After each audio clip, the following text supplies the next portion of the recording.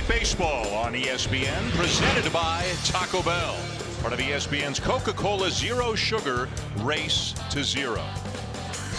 We are in Houston tonight, Minute Maid Park, the home of the Astros, as they take on Mike Trout and the Los Angeles Angels. The Angels have lost 6 in a row, in a pretty desperate situation right now to try to make the playoffs. Meanwhile, the Astros have already clinched the American League West. It's all about seeding and perhaps best record overall for the Astros heading into the postseason. First game of the series on Friday night. Hey, what kind of a pickup has Justin Verlander been for the Astros? His 4th straight gray start. Yuli Gurriel takes care of the offense, 3-run homer, 3-0 Houston.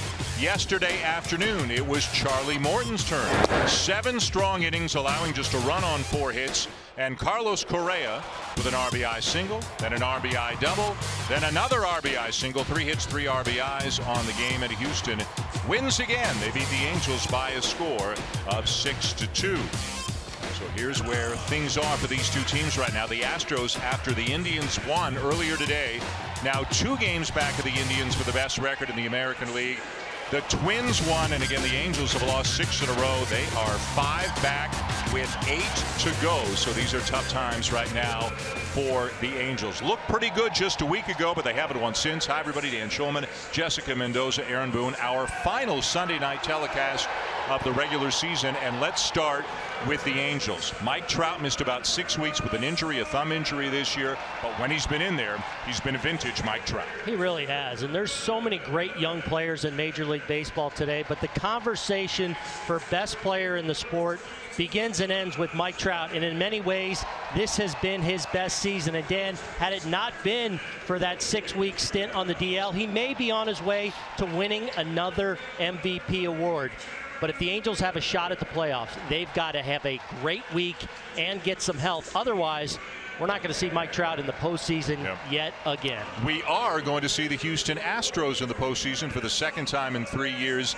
They had a stretch. Carlos Correa and a number of others were injured. They kind of came back down to earth. But when they've been healthy, Jess, they've been great. Well, Dan, it's crazy to think, as good as this team has been throughout the season, that they needed to go and get someone, and they got him with Justin Verlander. It completely changed the complexion of this team. This team began where they weren't even seen as a huge threat in October until they went to go get him. And you're right, getting Carlos Correa back healthy, back in the lineup, along with Verlander. Yes, he's got the numbers, 4-0, .64 ERA, but to be honest, his leadership and what he's been able to bring to this team has been everything, and now they are back as a huge threat in October. And the Astros have a guy that most people think is the front runner for MVP in the American League, and Jose Altuve is standing by with a Buster Olney.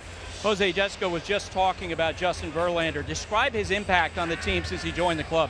I mean, it is obvious that since he got here, you know, everybody's happy. He kind of like encouraged us to keep playing. We have a great team before him, but now we have a way better team with him in our rotation. He's a guy that's gonna go out there and it's gonna work really hard. He likes to, you know, plays 100% every day, and you know, I love him, and I feel really happy that he's part of this thing now.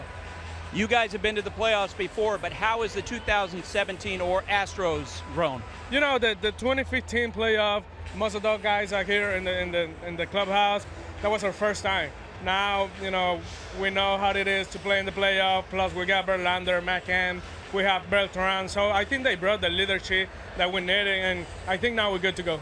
Jose, thanks. Dan, back to you. They sure seem good to go. They have won 8 of their last 9, Buster. Thank you. They are headed to the postseason. This is the final home game of the regular season for the Houston Astros. And yes, they're heading to the American League postseason party. The Yankees, the most recent to clinch. The Twins hoping to round out the field.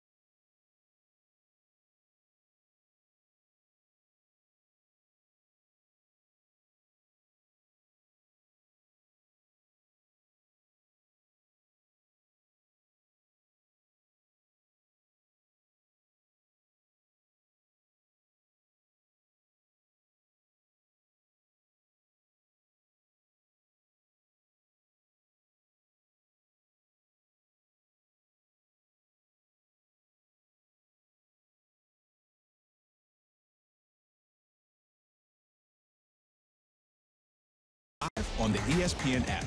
Download now and take ESPN everywhere. Sunday Night Baseball on ESPN is presented by Taco Bell and the $5 steak quesarito box, and in part by Amazon Prime and by Ally. Do it right. 1 week ago today, the Houston Astros clinched the division, their first division title since way back in 2001, when of course they were still in the National League. Well, the NL Central then, and the champions of the American League West this year, 95-59. It has been a great year on the field for the Astros, and they still have hopes of catching the Indians for the best record in the American League and perhaps having home field all the way through the American League playoffs. That remains to be seen. They're 2 games back right now, and the Indians have the tiebreaker. Let's take a look now at our starting lineup presented by Taco Bell as we see how Mike Scioscia lines him up for the Angels. Well, in that cleanup spot is Albert Pujols, the career that he's had, 1,614 career home runs. He's just 2 RBI shy of his 1,400 RBI season, but he has been a shadow of himself. Not the same hitter. You think about 2 behind him, Andrelton Simmons, the defense that he's always had, but having career highs with his offense, a huge part of this Angels offense. On the mound for the Astros tonight, a very talented young man, 23-year-old Lance McCullers Jr., who was an all-star this year, had a great first half, but he's been dealing with a couple of injuries. First a back issue, then some arm fatigue. So this is his first time on the mound in a game since September the 6th. And A.J. Hinch and the Astros are hopeful of McCullers being a part of the postseason rotation, but it depends how he does tonight. And again, 5 days from now, if they start him again, obviously there's not a lot of time to get him back up to game speed. Expecting perhaps about 5 innings and 85 pitches tonight from McCullers. This is one of the questions the Astros still have to sort out as they head into the postseason, is the configuration of the rotation behind the likes of Justin Verlander and Dallas Keuchel. Cole Calhoun will lead it off for the Angels. The right fielder hitting .243, 17 home runs on the season. A couple of days ago, Friday in fact, Mike Scioscia moved Calhoun from 5 to 1, Brandon Phillips from 1 to 5, just to try to spark the offense a little bit. It was not a knock at either one of these 2 guys, but they've only scored 3 runs in their last 3 games, and that's clearly not enough to get it done.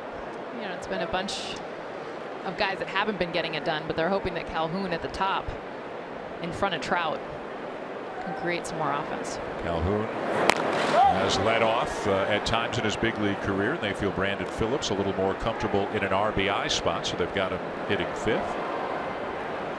Calhoun's been a guy in his career that's typically walked a little more, conducive to hitting up in the order, and they feel like if they can get he and Trout guys on base in front of Upton, Pujols, and Phillips, that's their best chance at some real offense.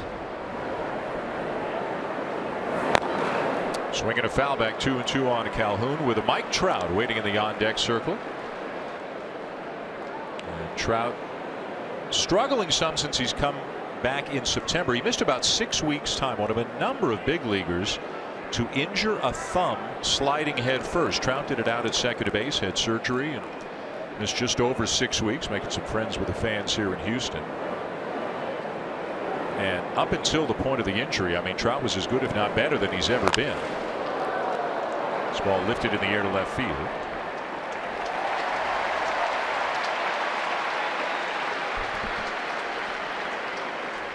And here he is hitting .307 on the season. Just reached enough plate appearances yesterday to qualify. You need 3.1 plate appearances per team game played. And so with him missing 6 weeks, he fell behind. Now he's been getting 4 or 5 a game since he's come back, so he's caught up. And right away, he's all over the leaderboards on base percentage, slugging percentage. And some feel, even with him having missed 6 weeks, he's still got a chance to win the MVP. It seems like a stretch between missing 6 weeks, and especially if the Angels don't make the postseason. If he had led them into the postseason, he'd probably get more consideration as he lines one hard into left field. Maven's going to have to get over, and it'll get by him to the wall. He was playing well over into the alley. And Trout into second. It'll foot first slide with a double. Well, a great sign for the Angels, as Trout has been struggling a little bit swinging the bat these last couple of weeks, and they try and go away with the fastball. You see it run over the heart of the plate, and Trout with that classic short swing, he lets that ball get deep and just explodes on it.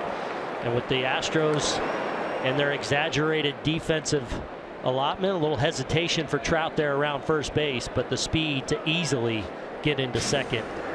No throw on the play. So you got Trout talking to Altuve out in the middle of the field, two of the front runners for most valuable player. And how about that? Only in 9 of 108 games has Trout failed to reach base this year. 26 years of age, 5 full years in the big leagues before this one. Twice he's won the MVP, and the other 3 times he finished second. I mean, we're not just watching a great player we're watching a historically great player. Yeah, it really is amazing, the start to his career and how historically great it's been, and then the kind of sadness you feel for we haven't got to see him much in October. One series where I believe they got swept by the Kansas City Royals. 2014. He struggled a little bit in that series, and it looks like unless they get real hot and get some help, that will be another October without Mike Trout. Justin Upton is the batter. Big pickup by the Angels at the end of August, and boy, when they went out and got Upton and got Brandon Phillips on the same day, and it looked like, man, the Angels they might be ready to take off, and a ton of people said they're going to grab that second wild card spot, but it hasn't gone that well for him. Upton hit a couple of homers yesterday, accounting for all the offense for the Angels. Career high in homers with 34, career high in RBIs with 106. He's had a big year. And the interesting thing is, it was the Upton acquisition by the Angels that kind of convinced Justin Verlander. Remember, Upton was with the Tigers. They were teammates in Detroit. And Verlander said, man, if they're trading Upton, maybe I should think about moving on and going to a team that's going to be a contender. Obviously, Detroit is entering a rebuilding phase, and Verlander, with literally seconds to spare before August 31st became September 1st, agreed to the deal to Houston. And he has done an outstanding job, as you can see from those numbers. Talking to Justin pregame, he talked about how much the energy of this Houston team, even from afar, he said that was one of the things that you just watch the youth, and yeah, they have a couple veterans now, but he said I was excited to kind of see what it really looked like behind the scenes, because you see guys like Altuve and the way they play the game, and Carlos Correa and the reputation that he has, but obviously he wants to play in October, but he also wanted to see what this team was like. Yeah, I think he is relishing in that decision he made to grant that trade. It has certainly energized Justin Verlander. Swing and a miss. Good breaking ball from McCullers to get Upton 2 down. Well, that's what McCullers does so well. He throws a ton of breaking balls, a ton of curveballs, and after running that count 3-2, he throws a beauty to Justin Upton. Starts that in at the bottom of the zone, and you see the late biting action down in the zone, almost into the dirt, ends up a ball. But Upton just cannot hold back, out in front and over the top of that. McCullers gets a big second out. Now Albert Pujols. 242, 23 homers, 98 driven in on the season. And big RBI numbers. Part of that is he's been relatively productive in RBI situations. Part of that is with Trout hitting ahead of him. Obviously, Trout missed 6 weeks, but when he's been healthy, and Trout's huge on base percentage. Albert's had a lot of men on base in front of him. And they booed him when he came up here, and that goes back. That's a sign of respect booing right there. That goes back to when Houston was in the NL Central and Pujols was with St. Louis, and he would torment the Astros, including a ball he hit in the 2005 NLCS that may still not have landed. And they don't forget easily here or anywhere for that matter.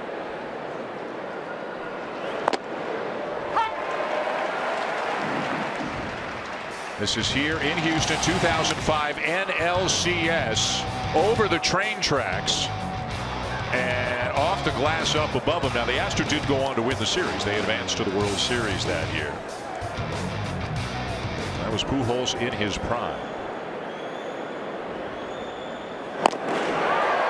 Dan, that was the loudest home run I ever heard in my life. I was here for that one, and you could hear it hit the glass, and it was especially loud because all the fans here were quite silent. They were screaming and yelling up until the moment the ball left the bat, and then you're right, the entire ballpark got silent in a heartbeat.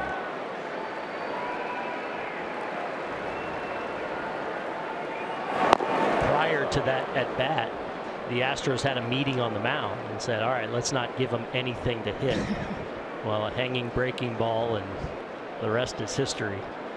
But then on the plane ride, when Houston was flying to go play the Cardinals in what would have been game 6 yep. in St. Louis, where they would eventually win the series, the Astros would. You're going to leave us hanging on such a good story. Go. Ausmus said, came on the loudspeaker and said, I think that ball was seen orbiting in the air on the outside the window here on the plane.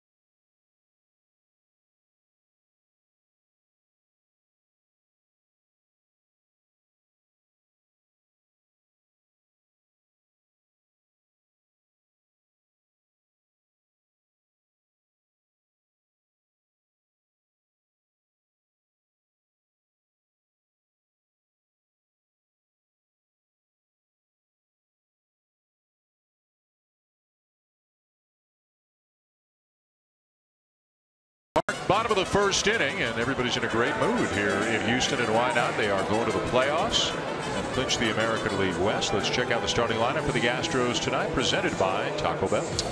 Well, it all starts with one of the superstars for the Astros, a career high 32 home runs, also hitting 284 out of that leadoff spot, and the likely most valuable player in the American League this year in the 3-hole. Jose Altuve continues to cement himself as one of the game's great players, far and away leading Major League Baseball with that .346 batting average.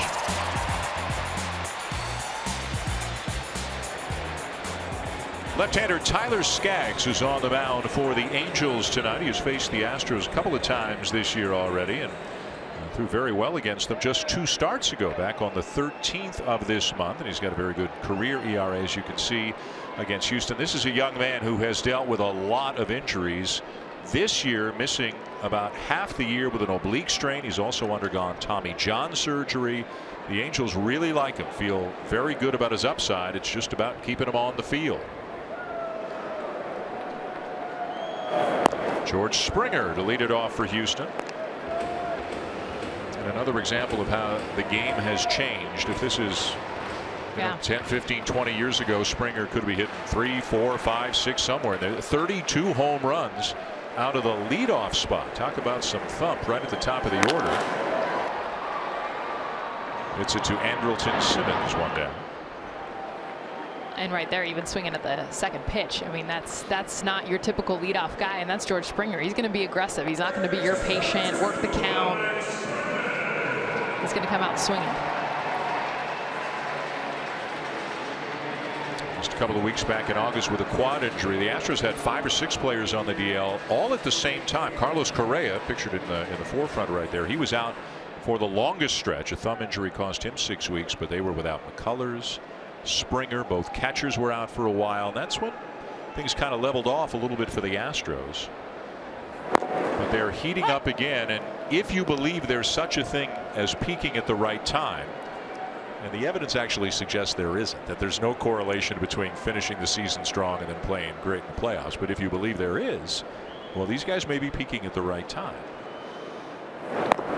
think more than peaking is their team is starting to look like a championship caliber team. They've got the ace now in Justin Verlander to go with Dallas Keuchel. They've got a deep rotation with guys like Peacock. McCullers potentially moving back into that mix. Some dynamic pieces they've developed into the bullpen by moving a guy like Joe Musgrove down there, who's played an important role. And we know about their outstanding, versatile, athletic roster that appears to be as healthy as it's been at any time this season. They've been the best offensive team in baseball this year. As Alex Bregman lays off, 2 balls and 2 strikes. Bregman, the third baseman, All-American out of LSU, and when Correa was out, he moved over and played some short, which was his natural position where he played in college. He would play some. Marwin Gonzalez, who can play anywhere, he played some short, but Bregman now back to third with Correa back healthy again. And remember, he got off to a really slow start the first couple of months of the season. Well, if they keep hitting him to that guy, going to be a lot of 6-3 putouts. You don't want to hit him to Simmons if you can avoid it. 2 up, 2 down on ground balls to short, and here comes the front runner in the minds of most for American League most valuable player, Jose Altuve. What doesn't he do? He's hitting .346, leading the majors there. He's got great speed. He's got power. And he's got a lot of fans in this ballpark, and with good reason. Again, this is the Astros' last home game of the regular season. Fan appreciation night here in Houston tonight. And what's not to appreciate about Jose Altuve? 4 hits away from 200 on the season, trying to reach that mark for the 4th season in a row. The record is 10, set by Ichiro.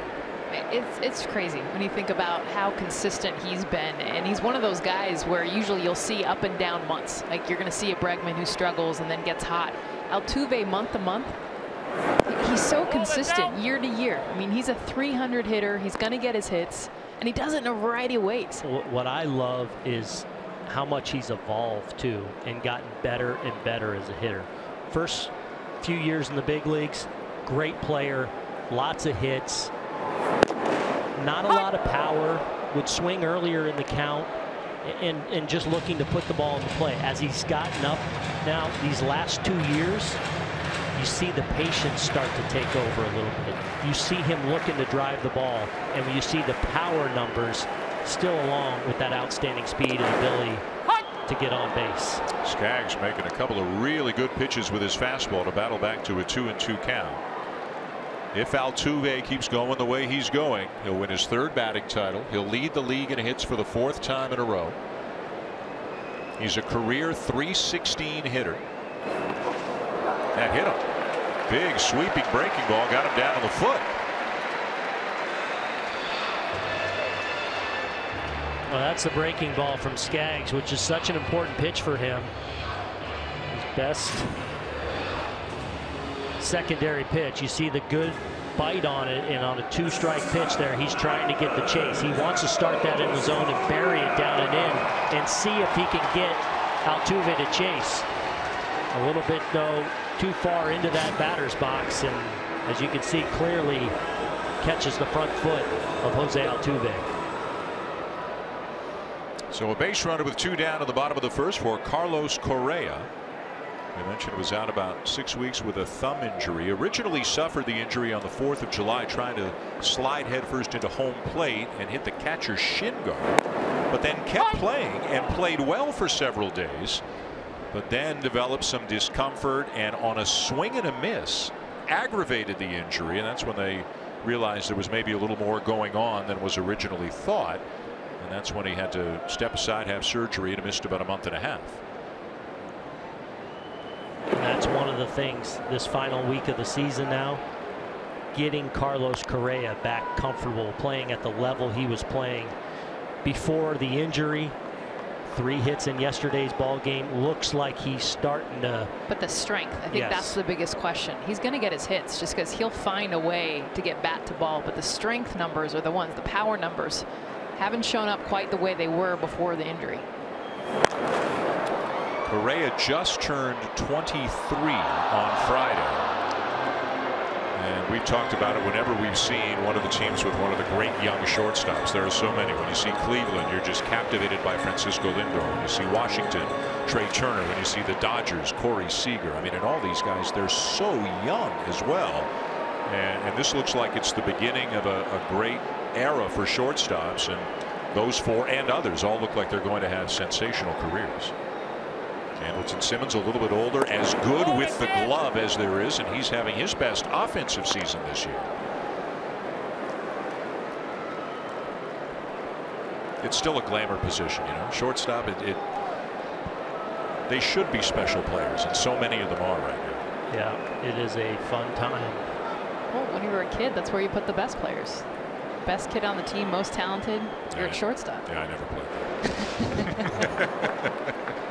Oh, you're lefty. No, they let me talk to the shortstop every now and then. Well, it's just been fun to see how it's evolved, though, over the last, really this generation, this last 20, 30 years. Cal Ripken initially, that not your father's generation's shortstop of a little guy that could just pick up the ball. It was starting to get bigger. You started to see better offense. And then the Nomar, Jeter, A-Rod, Tejada, Barry Larkin in the National League, where there's a ball lined into right field, a base hit for Correa. Altuve around second, heading for third, and in there in a slide. Now throw back to first. They got Correa hung up. Altuve coming home. Now they got him between third and home. The tag applied, and the Astros will run themselves out of an inning. A lot of excitement, a lot of huffing and puffing, but nothing across for Houston.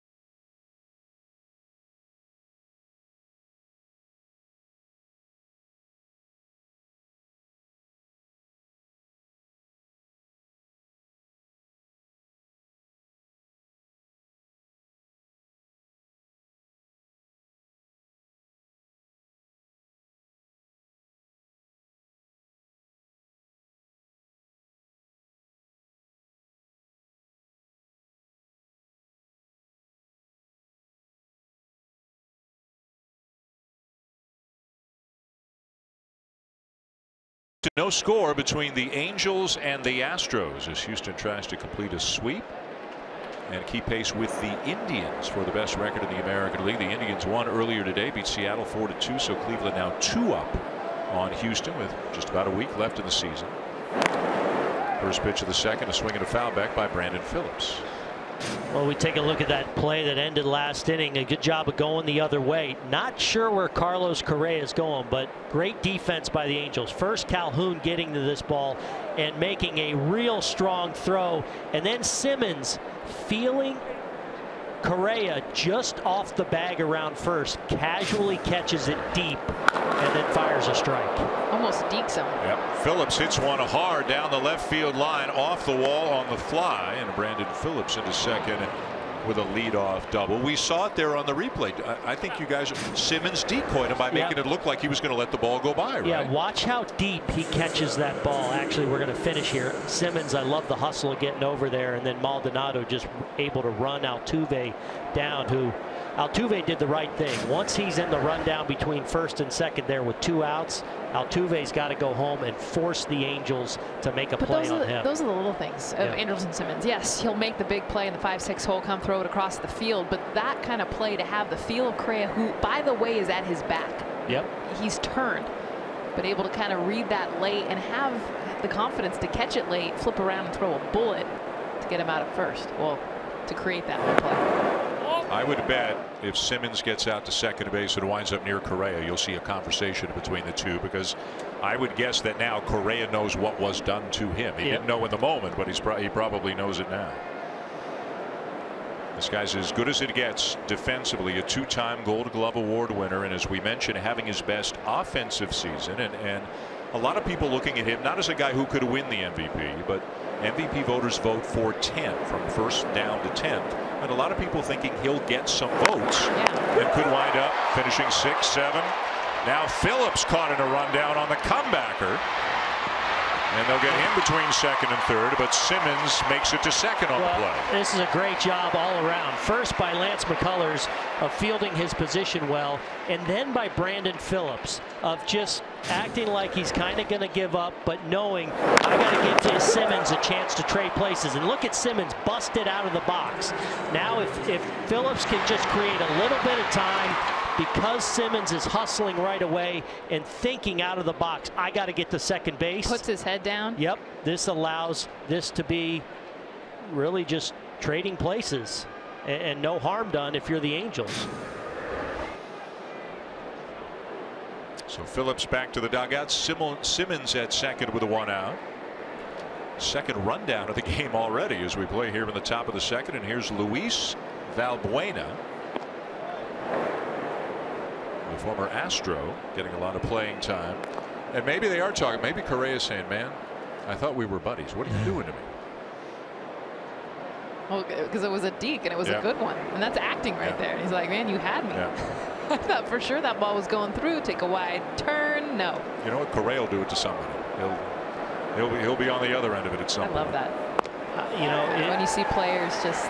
I didn't realize how good of a play it was until we got to see the replay, and to see how deep Simmons catches that ball. I thought Correa just was recklessly running around first, but he really wasn't. That is a special play by a special defender. Valbuena, as you can see, a very low batting average, but hitting for power. He's got 21 homers on the season, 15 since the All-Star break. Getting some playing time at third because Yunel Escobar's been out for a while with an oblique injury. And again, as we mentioned, he is a former Houston Astro, now finds himself on the other side. It was Valbuena's bat flip when these two teams met a couple of weeks ago that led to, I'm sure a lot of folks saw it on Baseball Tonight or on Sports Center, a lot of when Mike Fiers then threw the ball over Valbuena's head, and I mean over his head, and Fiers ended up getting suspended for 5 games for that play. Valbuena, this was his defense. You decide whether you think it's justifiable. He said, I flipped the bat in every at bat. If I homer or hit a ground ball, I flipped the bat. Now, he gave it a little extra gusto when he hit the home run, and Fiers took exception to it.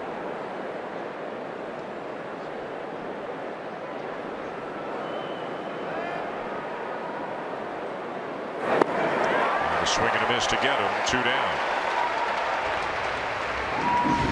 This is September the 13th, and again, Valbuena and Fiers, ex-teammates here in Houston. There's the bat flip. Fiers didn't like it at all. And in Valbuena's next at bat, Fiers let him know that he didn't like it by doing that. I mean, not much doubt about the intent there. And Fiers, suspended for 5 games, did not appeal.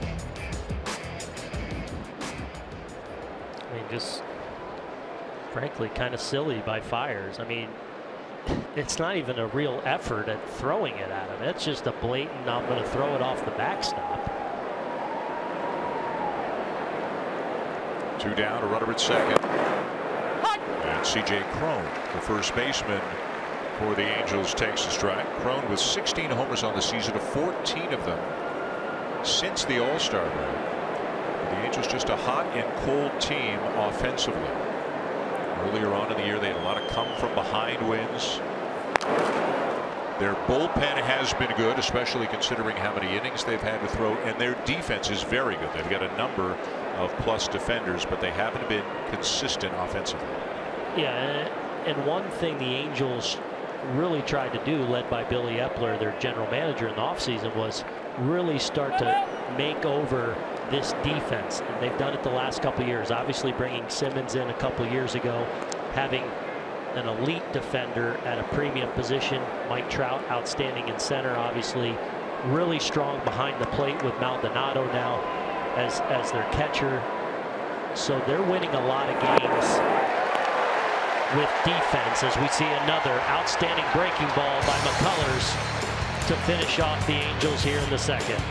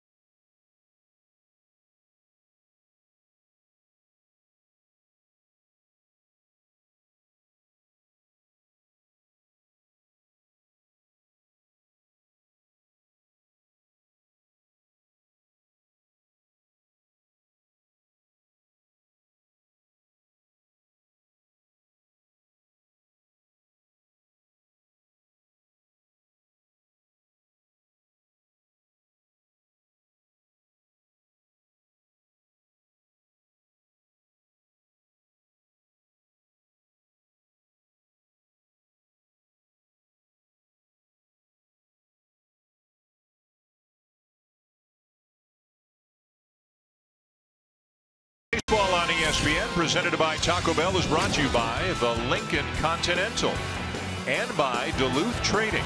Tough, ingenious workwear designed and tested by tradesmen. Selling AL West Division Championship merchandise like crazy here in Houston. Excited for the postseason. And speaking of the postseason, we will have the American League wild card game for you here on ESPN a week from Tuesday. Most likely scenario now is Minnesota at the Yankees, but nothing is for sure determined. A National League wild card game the next night on TBS. Arizona is headed to the postseason, and Colorado, Milwaukee, St. Louis all vying for that second wild card spot in the National League. That's really the biggest and best race still going on right now, is that second wild card spot of the National League. It looked like the American League wild card spot, Twins, Angels, Rangers, Rays, Mariners, Orioles, on it. It looked like it would be nuts. And other than Minnesota, the Yankees are a little further ahead, but in terms of vying for the second spot, other than Minnesota, nobody's played with. Got a bunch of sub 500 teams right now, and it looks like Paul Molitor's Twins, I mean, they're on the cusp of heading to the postseason. They have a magic number of 3. Evan Gattis hits it hard, but again right at Simmons.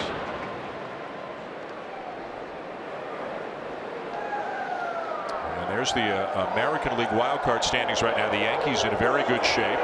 We know they have qualified for the postseason, in very good shape to host the game. Minnesota in pretty good shape to make it to the postseason. And again, there was so much optimism around the Angels when they picked up Justin Upton and Brandon Phillips at the end of August, and they just haven't played well. Well, and part of it, of what's got them, is the schedule. They've had home and away series now with the Houston Astros, who are playing really well.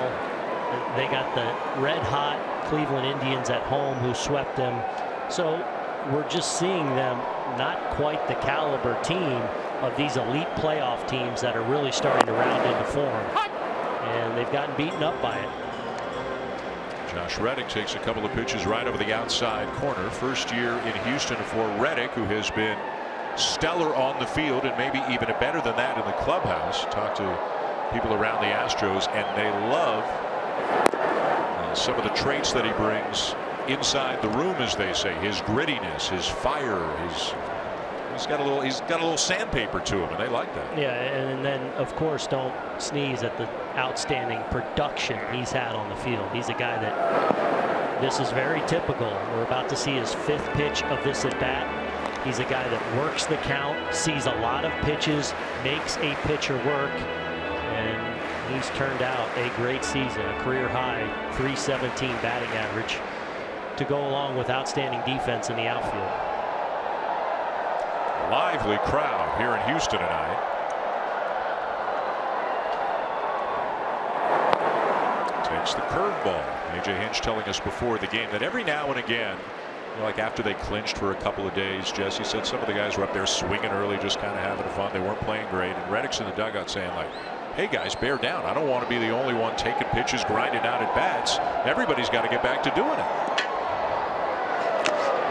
Well, and I think that's why the guys appreciate Reddick, is he's not the guy that says that all the time. Like, he will just come out, kind of quietly play his game, play the game that he wants to play day in and day out, and then every now and then, maybe once a month, twice a month, kind of grab everyone in the dugout and be like, let's go, let's do this. Beltran, McCann, those are the leaders that you see every day. Sometimes it's the guys that are batting 6th in the lineup, especially now that Jake Marisnick has been out for the season. Josh Reddick, a huge part.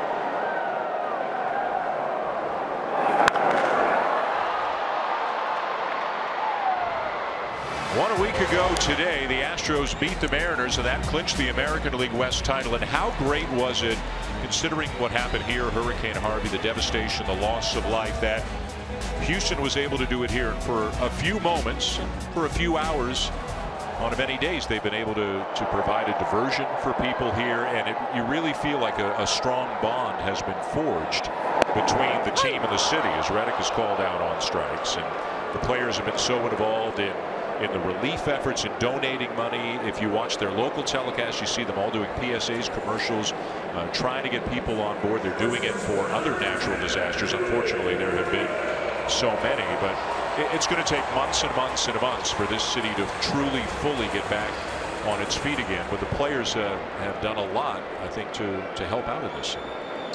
Yeah, not that you need extra motivation this time of year, but I think there is a greater purpose, that it feels like the Astros, who know that they have an outstanding team, know they have a team that's capable of winning a world championship. And when you're connected from really a tragic event with the city, a little more purpose maybe you're playing for this time of year than. Yuli Gurriel will pop up. That'll end the inning. 3 up, 3 down. Go the Astros in the bottom of the 2nd.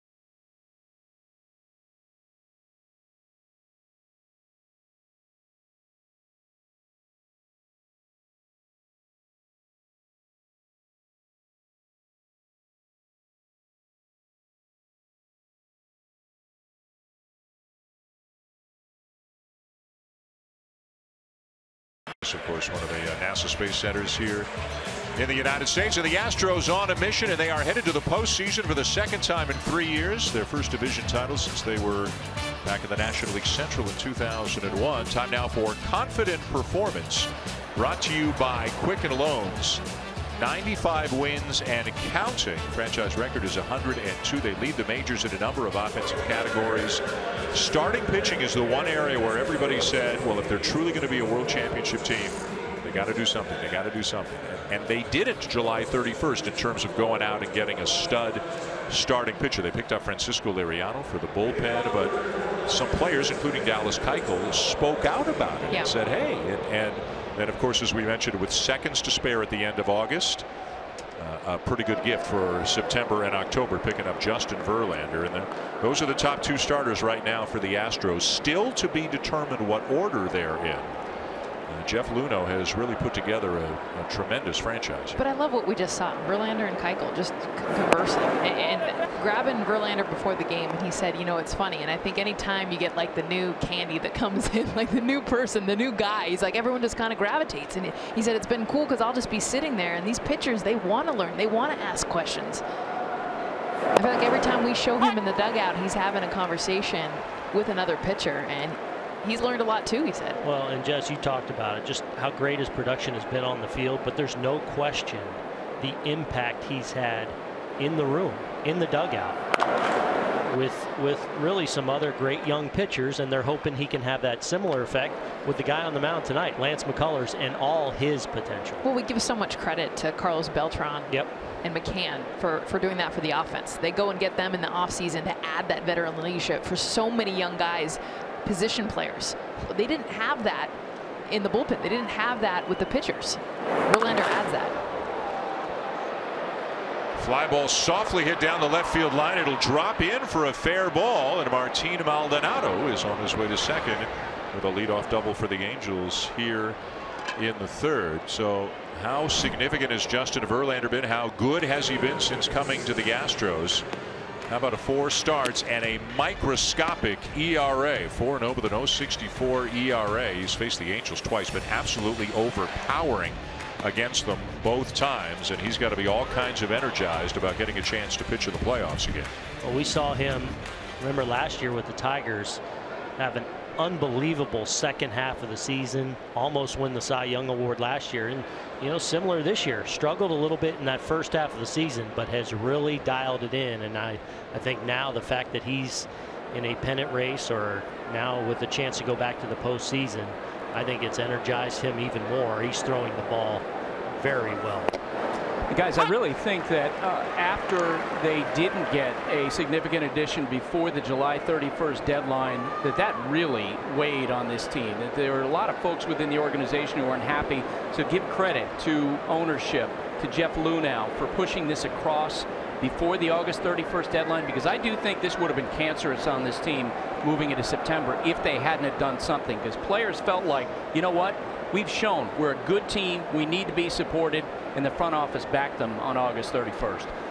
And again, came down to the last few seconds before the calendar flipped to September. Verlander had to waive the deal. They had to waive his no trade clause. They had to agree on prospects. They had to agree on how much of the salary Houston was going to pay. Now, interestingly, as we mentioned, they haven't announced, there's still a week to go in the season, but the Astros haven't said who would start game 1 and who would start game 2 between Verlander and Keuchel. I think most observers expect it would be Justin Verlander. There's a bit of a narrative out there because Keuchel's done so well against the Yankees that if the Astros wind up playing the Yankees in a division series, perhaps it could be Keuchel. But it's a fun problem. Yeah, it's a good problem to have. Yeah. Do you guys expect it to be Verlander no matter what? I think it's a lock. Yeah. Just because of how they're pitching right now. I mean, today, and that's what really matters most. And it'll be a different experience. You look at their career postseason starts and the fact that Verlander's a 16, that experience, but just the point is he is so locked in right now of pretty much any pitcher in baseball. Put him up against the last couple weeks, anyone else in baseball, and there's no doubt he's the #1. The 2-1 to Calhoun. A little up and in for ball 3.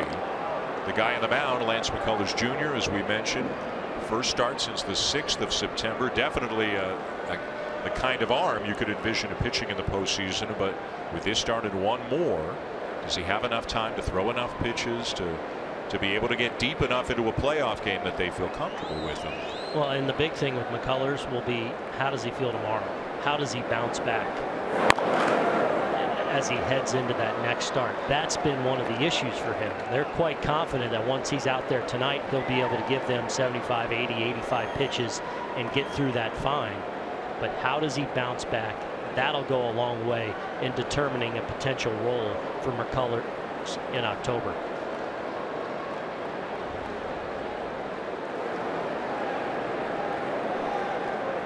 Maldonado aboard with a leadoff double.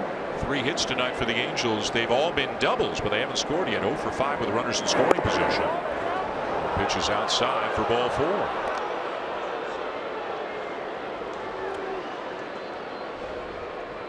Now look at the Major League action coming up this week on ESPN. Tuesday night, it'll be the Cubs and the Cardinals. The Cardinals fighting for their playoff lives. You can see another game from that series Wednesday evening, Wednesday during the day. The Astros in Arlington. And then Wednesday night late, the Padres and the Dodgers. Some of the teams at the top trying to solidify home field. And remember that home field advantage in the World Series this year, it's no longer the winner of the All-Star game. It's now which team in the World Series has the better record. So if you're a Dodger fan, pay attention to the Indians. If you're an Indians fan, pay attention to the Dodgers. That kind of stuff could matter. Dodgers right now a game up on the Indians, both victorious today, and there are the Astros trying to overtake Cleveland if they can, at least for the best record in the American League. Mike Trout doubled his first time up, and like last time, guys, the left fielder Maben is playing way over toward left center field. And Trout hit, he didn't pull it right down the line. It was kind of in the middle of the scoreboard, kind of where the AT&T sign is. But it was enough for a double because it was hit hard. And Maben was so far into the alley, he couldn't get over and cut it off before it got to the fence. Yeah, remember, it was. I think the ball landed in the infield, actually. It was a hard hit ball, but between Bregman and Correa. And because it was hit so hard, got to the wall, and because of the shaded around outfield, turned into an easy double for Trout. It's pretty cool, though, to be able to see Mike Trout and Jose Altuve in the same game. Two of the American League's best hitters. Fly ball to right center. Springer will make the catch. Maldonado's going to tag, and the catcher will lumber into third.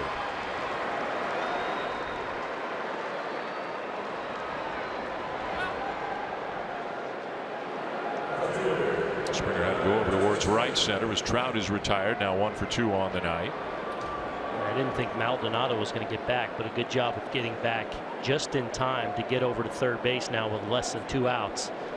Give a nice scoring opportunity now for one of the hottest hitters for the Angels, Justin Upton. And a guy who will have an interesting decision at the end of the year. He's got an opt-out clause in his contract, so he can either stay with the Angels and then the next 4 years of his deal kick in, and I think it's a total of $88 million over 4 years, or he can opt out at the end of the year and become a free agent. You know, we should all have such tough decisions to make, but it's going to be very interesting to see what Upton decides to do.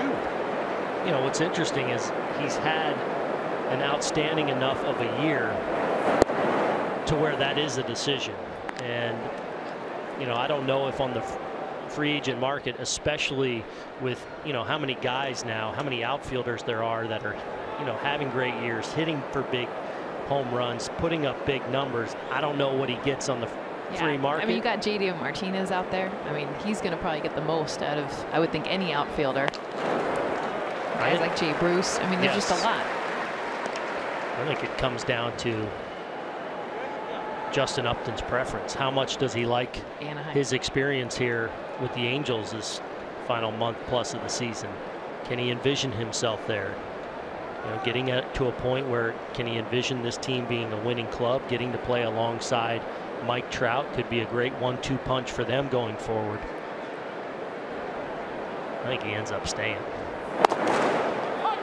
The guys, when his representation met with Al Avila, the general manager of the Detroit Tigers, and indicated that Upton was going to opt out, That's when the Tigers move forward and decided, you know what, let's move him and get what we can for him at this time.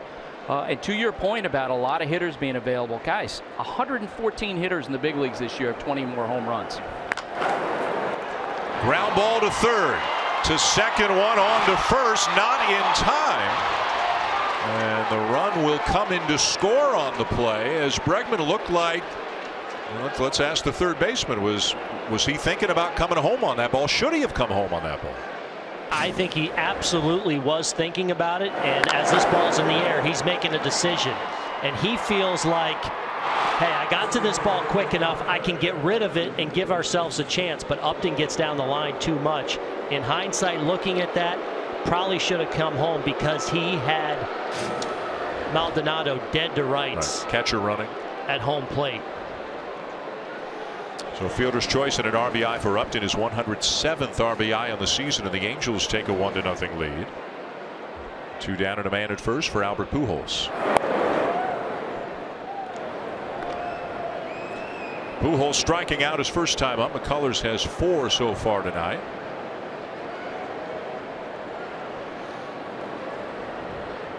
Pujols now with 614 career home runs.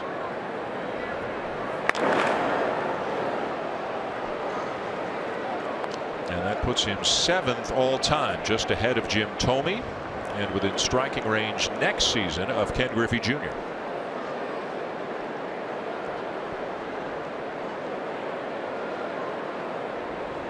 '23 this season for Pujols. Runner goes. Pitch taken for a strike, throw down on a bounce, and in safely at second is Upton. Well, this is something that has been a little bit of an issue for the Astros. McCann only thrown out 12% of runners this season, and this is something that you would think in the playoffs that teams that, especially with some athletes, will look to exploit a little bit here. When with 2 outs, Upton is trying to get himself into scoring position, give the Angels an opportunity to add another run here in the third. But Upton stole that pretty easily. Number 12 on the season for Upton. Yeah, McCullers doesn't give up many steals either. Just 3 in 7 attempts over the last 2 seasons.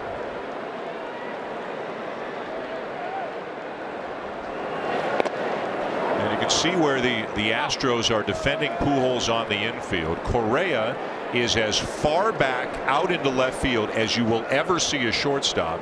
And that's because of how poorly Pujols runs right now. He wants as much range, and he knows he can make a long throw. Look where Altuve, the second baseman. It's incredible. It really is. I mean, you don't see guys on the grass, first of all, but the grass that deep. I mean, that's shallow left field and deep behind second.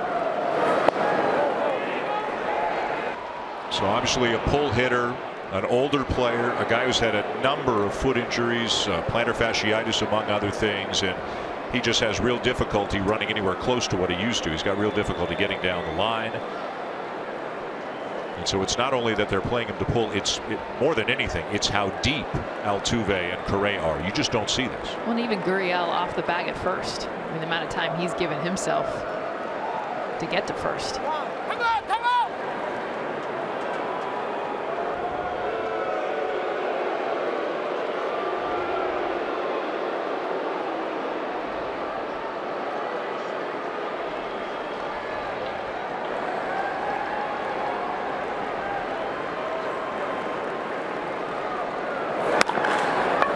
Altuve, well positioned out in shallow center, and has the time to get him.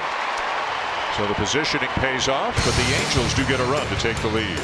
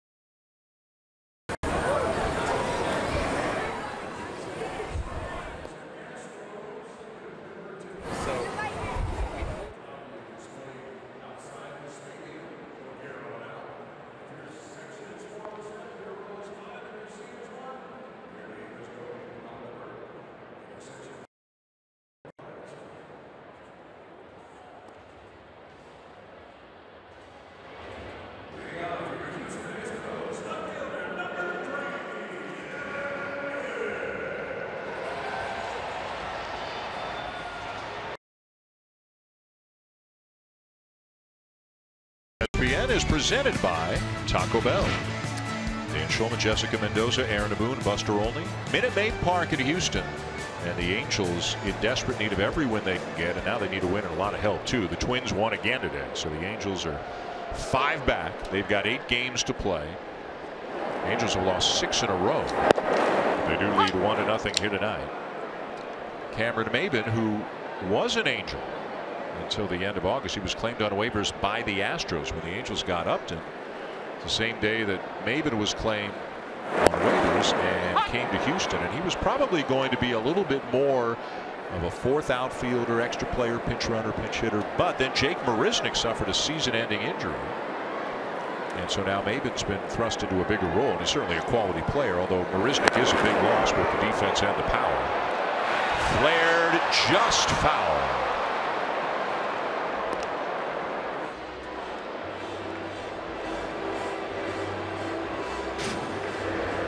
Skaggs gets in on the hands of Maybin as you see it just slice foul. Skaggs giving a little body language out there on the mound. Thank you very much. Wide right.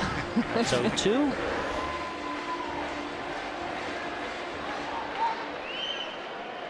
After Maybin to Brian McCann, then back to the top of the order for George Springer.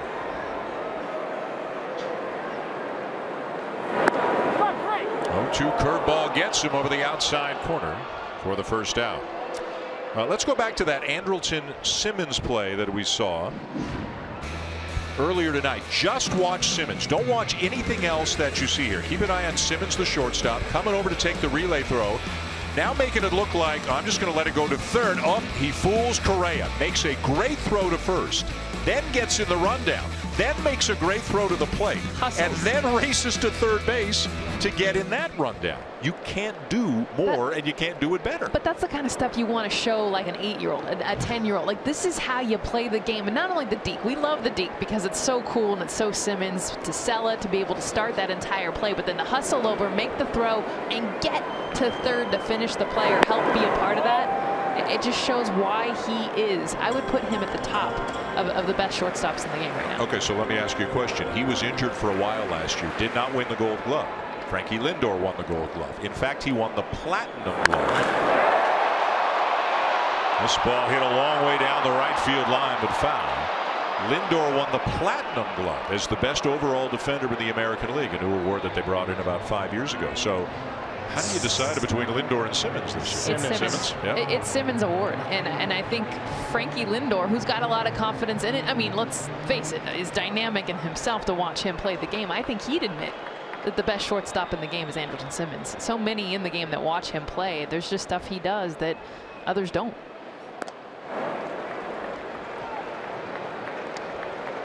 Well, that's backed up by the numbers. Defensive run save leaders in baseball. Simmons is 1, Mookie Betts is 2. That's the kind of thing, analytics are something that's being looked at when the voting is tabulated now for the Gold Glove. Brian McCann skies one, and Simmons drifting back into the outfield grass, 2 down. This postseason on to baseball, get ready for excitement, drama, and thrilling plays because the Major League Baseball postseason begins October the 3rd. Go to MLB.com/postseason for a full schedule. So the American League wildcard game Tuesday the 3rd on ESPN. The Astros as division champs, they will not start until until Thursday the 5th. Obviously opponent to be determined at this point. The most likely scenario, as the standings look right now, is that the Astros would play the Red Sox in a division series. Verlander to kick things off. We'll sail Verlander. But who did they finish the season with? They finished the season with 4 games at Fenway, and if everything's been decided, John Farrell and AJ Hinch aren't going to want to show their cards at all to the other guy. AJ laughed and said it's probably going to be the most boring series if you think about like who they're not going to play, how they're not going to match up, the competitiveness, unless of course the Astros are within. I think the one thing you'll see, though, is for the most part, the regular players playing a significant amount of time because you don't want to sit for a week. Exactly. Man, getting back to that play, watching that play, the Andrelton Simmons play, watching it in real time, I was like, what are you doing, Carlos Correa? Now but you know. Seeing it, he was kind of right. He was thinking that ball had gotten past and just putting himself in position that if it was an errant throw, Springer gets hit right on the knee. He's in position to move up, but Simmons. But that's why you love the interaction. Such a creative play Afterwards. Yeah. You love the two of them at second base, just totally Correa, is like, dude, like seriously? Because your back is facing me. Got me. That's what he said. Right, but he showed us there. We all know he's got extraordinary defensive talent. Yeah. But the two things he did there were intelligence. I mean, great baseball IQ with that decoy move, and then great hustle to impact every part of that play. Right.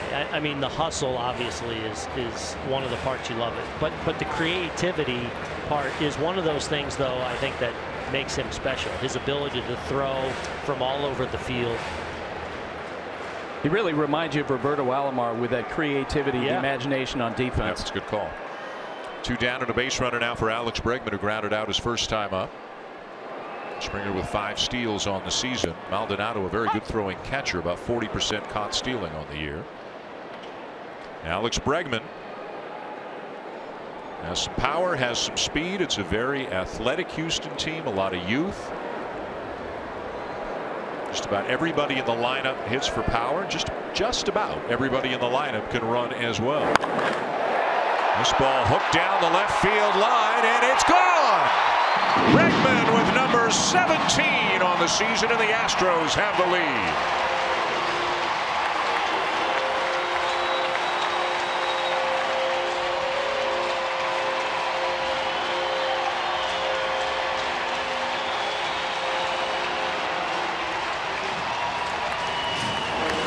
Bregman, watch the location of this breaking ball. It comes down almost to the back angle, doesn't quite get there, but Bregman a little bit out in front, but watch the length. Watch him stay through. Look, he's out in front. He even stretches with that like back foot to try to reach this pitch, and not just reach it, but crank it to the Crawford boxes to get it out of the park.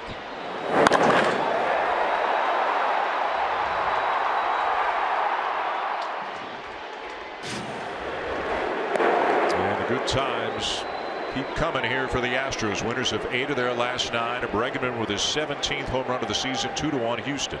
He gets lost in the shuffle, but he is a really good player, and I know the numbers are pretty good this year. 280, now 17 homers. He's stolen 17 bases, but that's after a slow start, and really a guy that just got drafted 2 seasons ago, the number 2 overall pick. Look for next year for Alex Bregman to enter that star category. He's a special player too. Starting to really settle in over there at third base defensively. And a guy that is really confident. He competes. Yes, I mean, you'll see him, and there's a lot of, you see the smile right now, but he is somebody that gets so fired up, and the energy of this team. Springer gets a lot of that attention. Altuve gets a lot of that attention, and Bregman's right there with him when you talk about competing, focus. Yep. Getting fired up to win. Down and away, 3 balls and a strike on Altuve, hit by a pitch his first time up.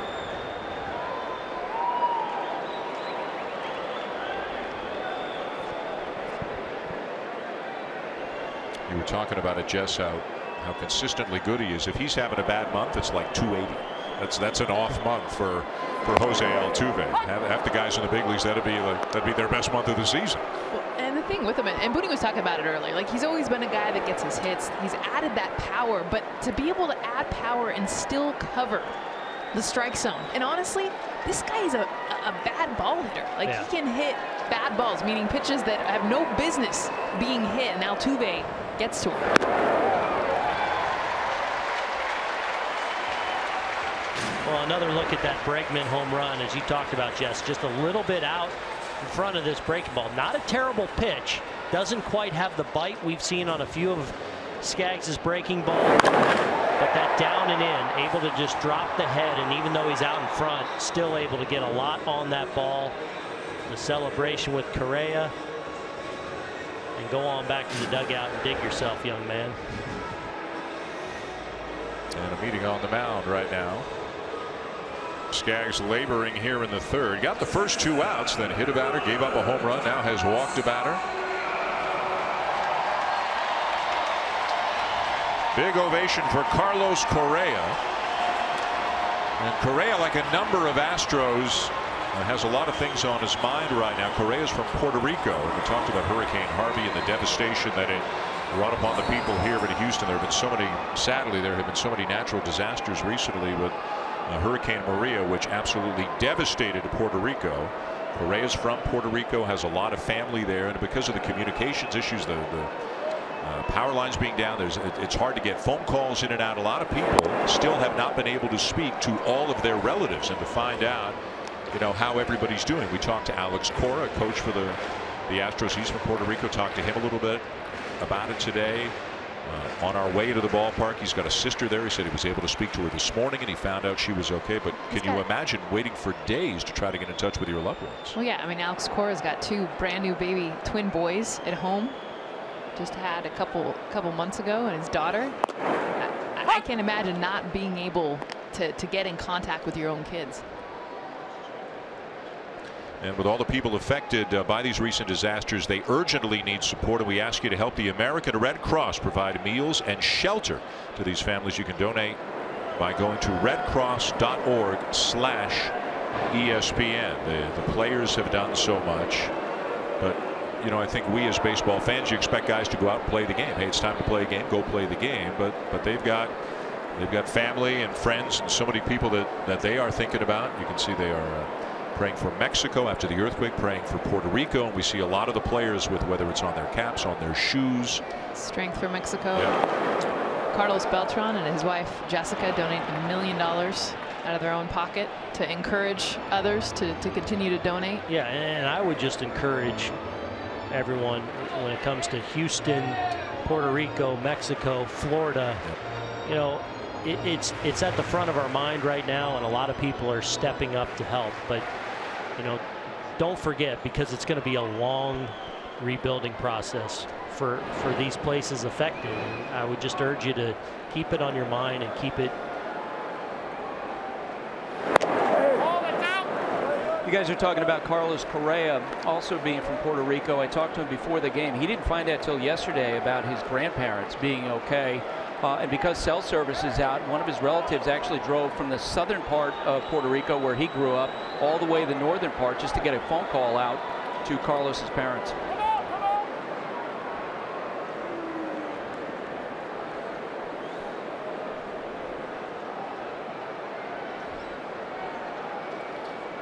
Lengthy inning here for Skaggs. The Astros have taken the lead on the home run by Alex Bregman. And now a hitter's count to a dangerous hitter in Correa. And it's just outside, ball 4. The inning will continue.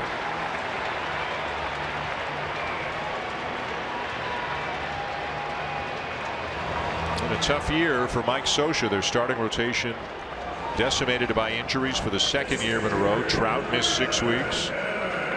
It's a lot to overcome. They don't have a huge margin for error in terms of being able to overcome significant injuries. And when 3 of your starting pitchers are out at the same time, and Garrett Richards, who just was absolutely electric in his start here this weekend, but he's just coming back the last few weeks. He's missed most of the year. Yeah, and it's, I think, great for the Angels, not only for this year but long term, that Richards has come back and looks like the ace that he was becoming before his injury settled in. And Skaggs, another guy that really has a chance potentially to be another building block in this rotation. Health for him critical, especially if they're going to be able to compete here in the short term and the long term with teams like the Astros that aren't going anywhere. The Mariners and the Rangers, who are tough. Strike taken by Evan Gattis, who's the DH tonight, also the backup catcher for the Astros on many occasions, and a guy who can, he can hit one a long way. He's got a lot of power, 12 home runs on the season and limited at bats, and against lefties heading into the postseason, you would think he's an automatic to be in there as the DH with McCann catching. And against righties, he might be in there as well. It's been an up and down season for 40-year-old Carlos Beltran against some of the DH at bats. Gattis producing again, making a case for himself. Altuve in to score. Correa behind him on a 2-run double, and the Astros extend the lead.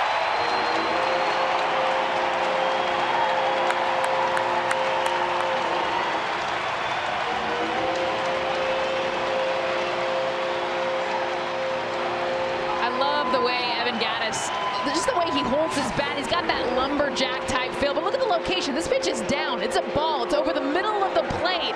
But he goes down and gets it, and just so Maldonado even goes to block it. I mean, this is not a strike, and for him to be able to get his barrel there and just pure strength. I mean, the forearms, the way that he just swings the bat, that thing looks so small in his hands, and to get a pitch just a few inches off the ground, drive it all the way to the wall, just shows how strong he is. And yes, Dan, he is making a case to be on this roster and in the lineup for the postseason. They are just so deep. So many different spots in the lineup can hurt you. You know what? I think Maldonado was expecting that to be an off-speed pitch, perhaps a breaking ball. I think that's why he went down to block that pitch in the dirt. And it was a fastball. And you saw Mike Scioscia kind of clap his hands out at Maldonado. Maldonado went out and spoke to Skaggs after that. I think it might have been a breaking ball that Maldonado thought was coming. Josh Reddick, the batter. So 5 straight Astros have reached base after Skaggs retired the first 2 hitters. Now Reddick sends one to center field fairly deep, but Trout is there to run it down, and now the inning finally is over. 4 runs for the Astros in the bottom of the 3rd.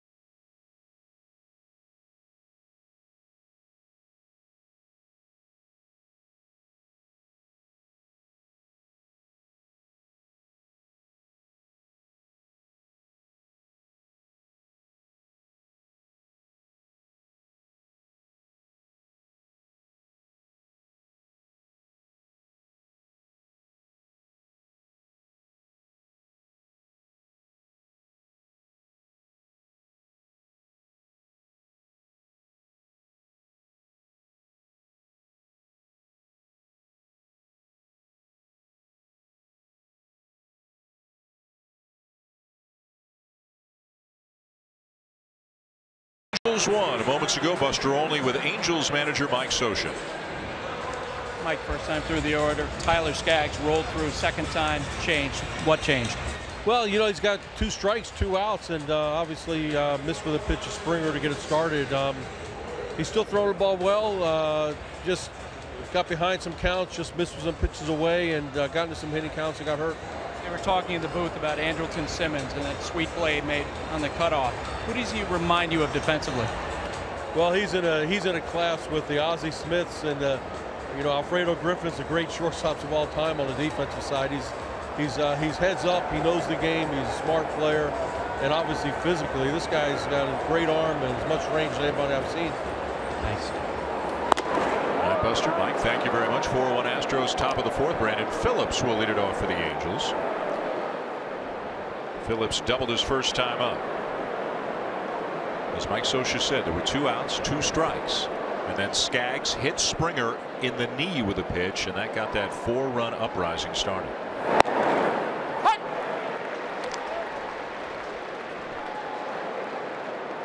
And against a lineup as relentless and deep as the Astros is, You don't want to give them any second opportunities. Hitting a batter, he walked a couple in the inning, and they all cost him.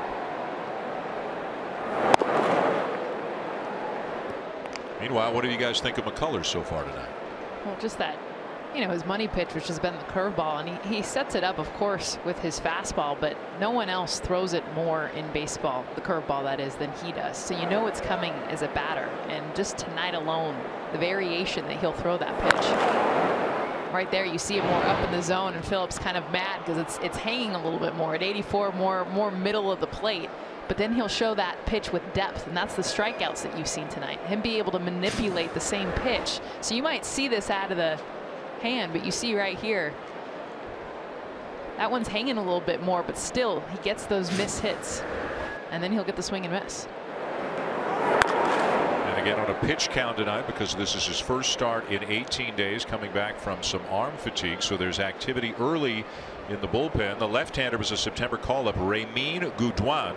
And the right-hander is Francis Martes, a big-time prospect for the Astros, a guy with a big arm. 2-2 again. Check swing, and it's inside. And I think this is an interesting inning for McCullers. Now approaching 60 pitches. Had a longer layoff in that last inning with the Astros generating some offense. So seeing how he goes out there after not being out on the mound, and as that pitch count starts to climb. How's his durability? How's his command? 3-2 hit high in the air down the left field line. Will it stay fair? You bet. Brandon Phillips hits it out. And it's a 2-run game. This was the 4th consecutive curveball that McCullers throws to Phillips in this at bat, and Phillips did a good job of fouling off the other ones. He gets one just hung right over the middle of the zone, and for him to be able to get finally to this pitch, he kept rolling over it, fouling it off, and McCullers going back-to-back 4 times with that pitch. That's 4 breaking balls in a row, though, that I don't think did exactly what McCullers wanted them to do.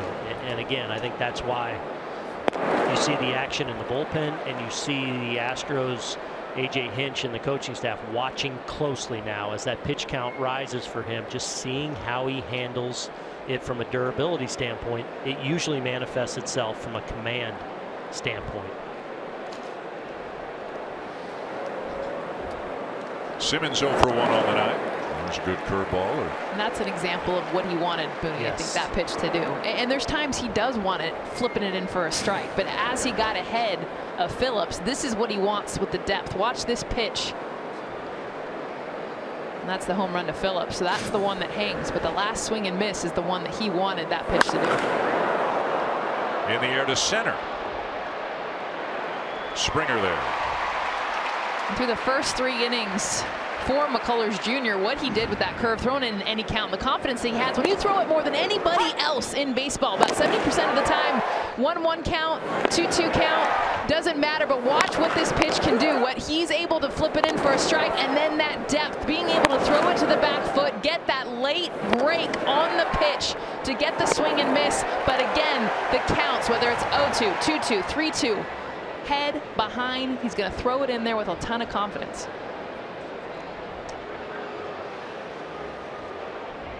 Let's take a look at StatCast, powered by AWS. Lance McCullers Jr. throwing his curveball at a higher percentage, throwing it more often than any other pitcher in baseball. We saw good evidence of that tonight, but that will be all for him. An abbreviated start. Again, as he tries to get enough reps, get the pitch count up enough that he can show AJ Hinch, Jeff Luhnow, that he can be a part of the postseason rotation. So we'll have a pitching change here in Houston with the Astros leading 4-2.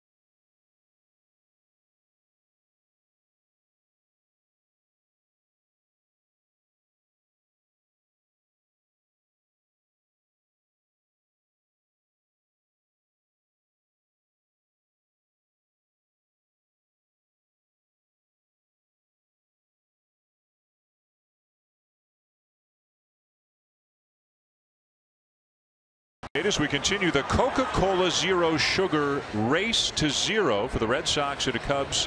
Those magic numbers are to clinch their respective divisions. For the Twins and Rockies, those numbers are to clinch the second wild card spot in their respective leagues. So the Twins are getting close because they keep winning and the Angels keep losing. The Angels trying to change that, but they're trailing 4-2. Here is left-hander Ramin Gudwan into the game now for Houston.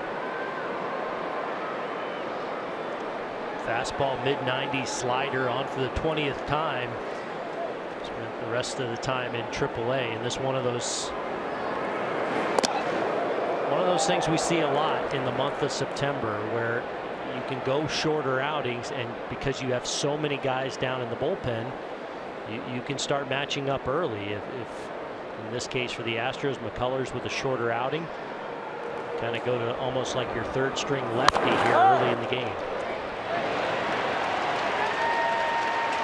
Gurriel will make the play 2 down. And Booney, you hit it earlier with Lance McCullers Jr. For him, it's not so much what he did tonight. It's about his recovery. Yep. And the fact that they were able to get him out with 63 pitches is going to only help that, because they need him in the postseason in some capacity, and they need to know how he's going to recover tomorrow. One batter for Gudwan. Welcome to September. He'll get a nice ovation as he retired the one hitter that he's facing. And it'll be Martez coming into the game now.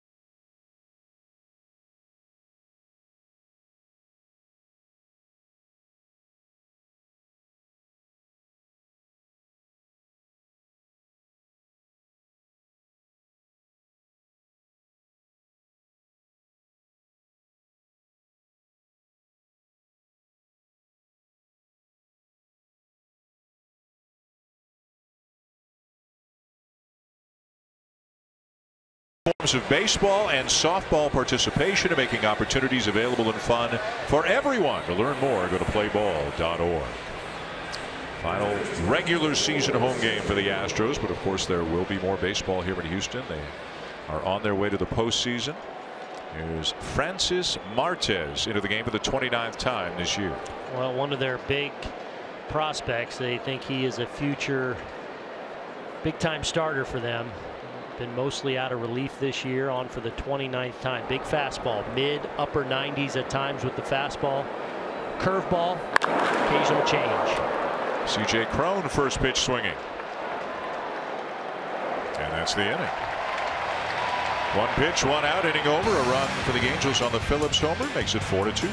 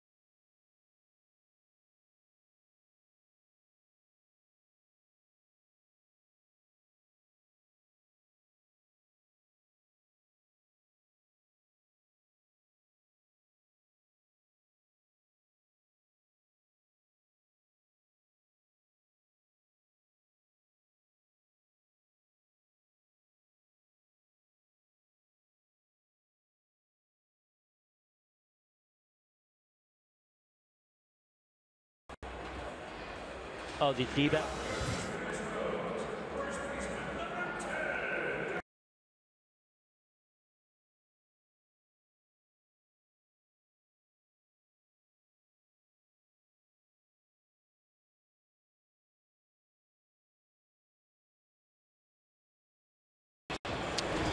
Bottom of the fourth here in Houston. Houston strong is something that you hear a lot here. You see the patches on the uniforms of all the players as they continue to do whatever they can, and the city continues to come together as best they can in the wake of the devastation last month from Hurricane Harvey.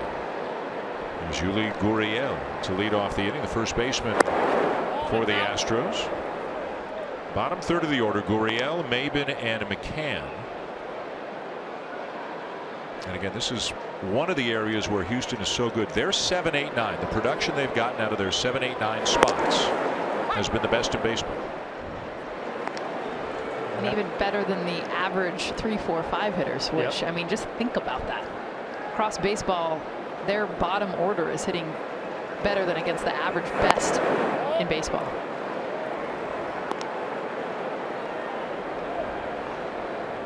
So look at the slugging percentage for the Astros 7, 8, 9. It's better than the average slugging percentage of the 3, 4, 5 hitters around baseball, to Justice's point. And it could be Gurriel, it could be McCann, it could be Beltran, it could be Gaddis. Maben is down there in the 8th spot tonight. There are no soft landing spots for opposing pitchers. Marwin Gonzalez. What a year he's had. He's not in the lineup tonight. A switch hitter who has started extensively at 5 different positions and has been one of the most valuable players this Houston team has had this year. And that's what you're seeing more and more is players like that that teams want and need. Play multiple positions and swing the bat. Simmons, strong throw right on the money to get him easily.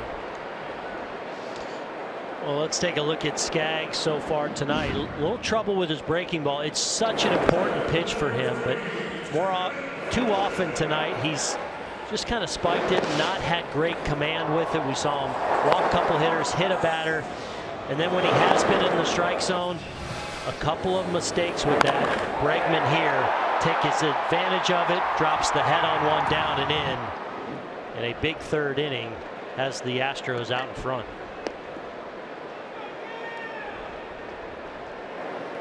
One down for Cameron Maben, called out on strikes his first time up. We got a little bit more clarity about the National League playoff picture today when the Cardinals lost earlier today. St. Louis was beaten by Pittsburgh 4-1. That clinched a playoff berth for Arizona. And then later in the day when Arizona beat Miami 3-2, that clinched the top wild card spot for the Diamondbacks. So we now know that Arizona will host the National League wild card game, but could be against Colorado, Milwaukee, or St. Louis, all 3 of whom lost today.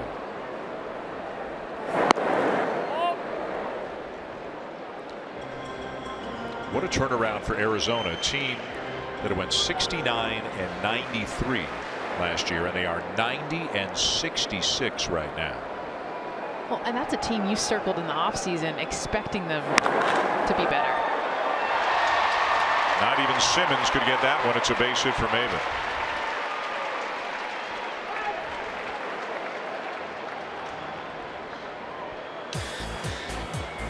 The Cubs playing the Brewers earlier today, and Ben Zobrist with a 2-run homer. The Cubs go on to win 5-0. They are on the cusp of clinching the National League Central. Then we talked about the Cardinals. They lost to Pittsburgh today. Starling Marte going yard. 4-1.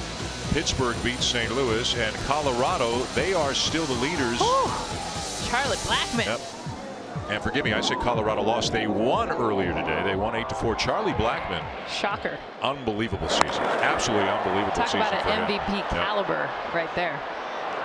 Upton with the catch as McCann is retired. So again, forgive me, I had said Colorado lost. They won earlier today over San Diego. So Colorado is now 2 up on Milwaukee and 2.5 up on St. Louis, as you can see, with a week left to go in the season. Colorado with all that young pitching, and they've been kind of bobbing and weaving a little bit here in the second half. For a long time, the Rockies and the Diamondbacks were well ahead of the field, and Milwaukee got really hot for a while. St. Louis just kind of lurking. Milwaukee was winning the division. I mean, it was all them early in the season over the Cubs, and they've hung in there. But I think the Rockies are the best team to be in that wild card game with the pitching that they've shown, young pitching, and their offense. And Milwaukee losing Jimmy Nelson here late in the season, who's had such a great year as a starting pitcher for them. That's contributed to, I think, now the Milwaukee bullpen, which has been really strong, I think starting to get worn down, starting to get fatigued, and it hurt them a little bit this past week against Pittsburgh and now the Chicago Cubs this weekend. We had 3 consecutive extra inning games. Yep. Where they battled and were leading and ended up losing 2 of them. Won the one yesterday in 10. How dangerous are the Diamondbacks? If they win the wild card game, in all likelihood they'll play the Dodgers, and they've had a lot of success against the Dodgers. We've talked about it a lot. I mean, Greinke would pitch the wild card game, so you'd have Robbie Ray, who has fared so well. He's fared so well, but has become a dominant left-handed pitcher in Major League Baseball. And I'm not sure everyone knows just how good he's been. He's dominated the Dodgers 4 different times this year. You would likely see him in a Dodger series in a Game 1 and a Game 5 scenario. Corbin, Taijuan Walker have been outstanding. Godley. So their rotation can match up favorably with a lot of teams that'll be in the postseason. Is their bullpen strong enough to win consistently in October? I'm not so sure about that, but it's a good team. Runner goes, pitch taken low, throw down, not in time. Phillips, a hop step toward the third base dugout, thought they had gotten him, but Maben steals the base. So if you're the Diamondbacks and you want to celebrate not only that you've made the playoffs, but you've clinched home field in the wild card game, everybody in the pool. Well, remember a couple of seasons ago when the Dodgers clinched in Arizona and they went out and jumped in the pool, and it was a big issue out in Arizona, and added to a little bit of bitterness that lives in that rivalry between the Diamondbacks and the Dodgers. 3-0 on Springer. Green light, and a ground ball to Phillips, which will end the inning. End of 4, and the Astros leading 4-2.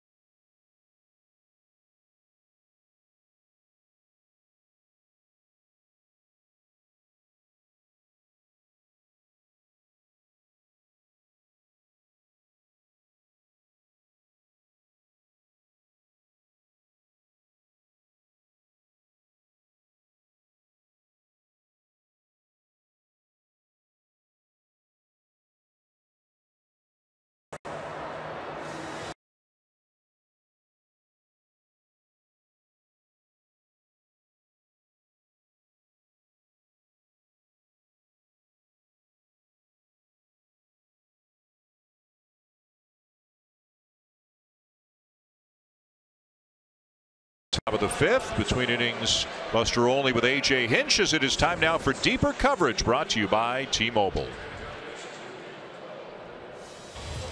AJ, if tonight was a postseason edition for McCullers, what do you think?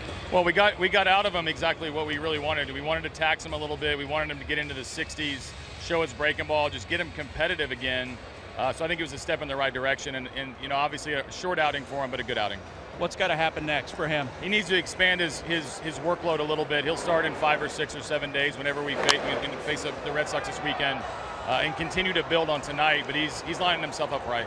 If it still looks at the end of this upcoming week that you're going to play the Red Sox in the first round, how much hide and seek will there be with you and John Farrell with the pitchers? Quite a bit, except for some of these, like McCullers, we won't have a choice. We want to keep our guys active. Otherwise, guys will go 10 and 14 days without pitching. So it'll be a pretty bland baseball if it ends up being that way. But we'll try to get as many wins as we can. AJ, thanks. And AJ Hinch has been consistent in saying that as long as they feel they have a chance to maybe pass the Indians for top spot in the American League and get home field throughout the American League playoffs, they're going to try to get as many wins as they can. But if that is no longer realistic, and if they're comfortably in front of Boston for second, it'll be interesting to see how those last few days play out. But most importantly, they got what they wanted out of McCullers tonight, and that was probably, after winning the game, that's probably next on the list of what AJ Hinch wanted to see tonight. I still think a lot has to happen for McCullers to still be a part of the rotation heading into the postseason, and that's recovering and bouncing back, being able to go out and pitch strong and up that pitch count in his next outing. When you look at this Astros team, what a difference a month makes in the starting rotation. There were all kinds of questions, but now all of a sudden Keuchel's throwing the ball better. Obviously the addition of Verlander. Peacock has really emerged as a really good starting pitcher, and then Charlie Morton's throwing the ball really well. So they have outstanding options, some difficult decisions probably, but some quality decisions. But you're right, a month ago, if they're looking at McCullers and trying to figure out where we're desperate for him to get back. We need him to be back. We need to make sure that tomorrow, his recovery, all of it, obviously they want him to be at his best, but it's not a necessity like it probably was before Verlander came over. So McCullers goes 4 innings, or 3 1/3 rather, and throws 63 pitches. This pop-up is skied by Martin Maldonado. Altuve makes the catch. So McCullers goes 3 1/3, throws 63 pitches. Let's say next start he goes 5 and throws 80 pitches. And it's like this. It's a pretty good effort by him. Does he get a playoff start? I think it comes down to him and Morton. I think Peacock's in there for sure, and I think it depends on what Morton does between now and then. And right now, looking at the two of them and where McCullers is out, is Charlie Morton. And the start that he had yesterday and how good he looked with his fastball and his cutter. I think if everything goes well with McCullers, the pitch count goes up, it's success, it's bounce back. I think he does get a start, but I don't think it's a lock by any means. There's a hard hit ball into right field, a base hit for Cole Calhoun.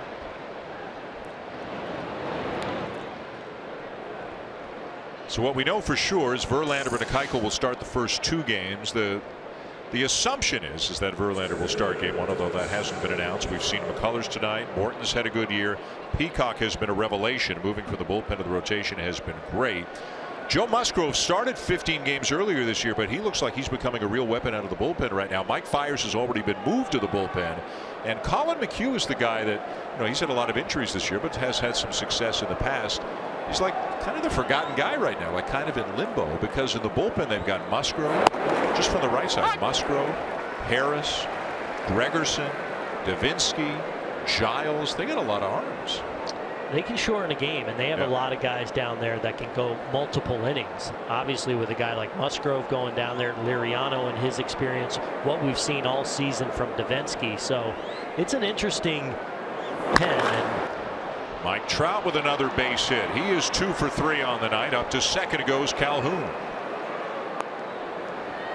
Yeah, and think about the bullpens, guys, all around baseball in the American League playoffs this year. Yankees, Indians, Red Sox are loaded up with David Price. A lot of those playoff games in the American League are going to be decided after the 5th inning. Guys, if let's assume the Yankees were to win the wild card game, which obviously is, really a toss-up.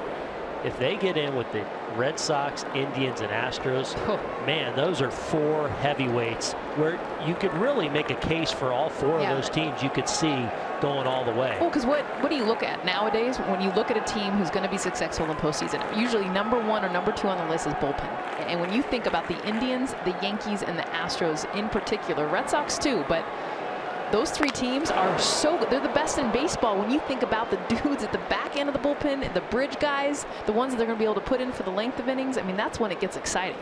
We were talking to Mike Scioscia about that before the game today, and you know, hearkening back to some of the best teams they've had with the Angels, obviously the World Championship team they had in 2002.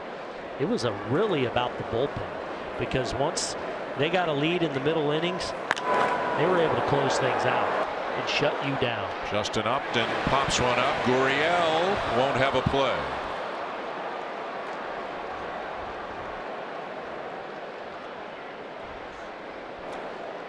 The final regular season home game for the Houston Astros, who have already clinched the American League West. They are 95-59 on the season and on their way to the postseason. They've got a 4-2 lead tonight. They've won the first 2 games of this series from the Angels, and 8-9 overall. The Angels come in on a 6-game losing streak.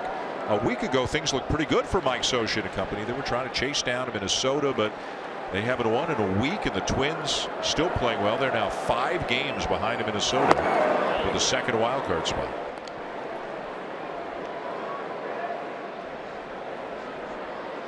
Upton 0 for 2 tonight. Does have an RBI on a fielder's choice. 107 RBIs for Justin Upton.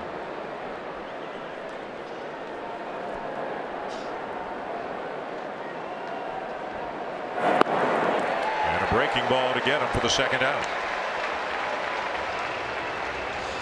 Well, that outstanding curveball that Martez had, and a little peek at why they're so excited about him. The big arm we talked about, but there is a nasty curveball to finish off a guy that's been a great RBI man this year in the American League, and Justin Upton.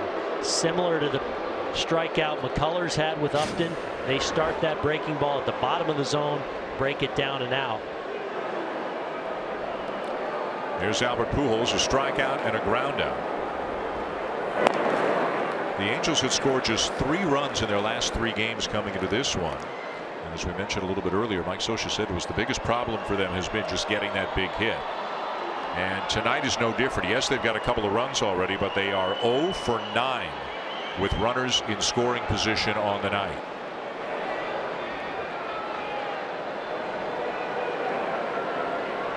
Pujols with 98 RBIs on the season. 2 away from what would be his 14th season with 100 RBIs. That would tie Alex Rodriguez for the most ever. And he's had a season with 99 RBIs and a season with 96. So how crazy is that? This could be his 16th to break that record.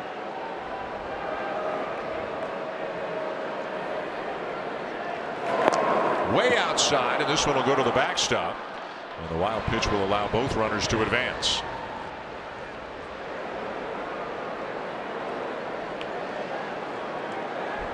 Pujols' 17th year in the big leagues, 11 with St. Louis. This is his 6th in Anaheim. Top 10 in home runs and RBIs, 12th in doubles.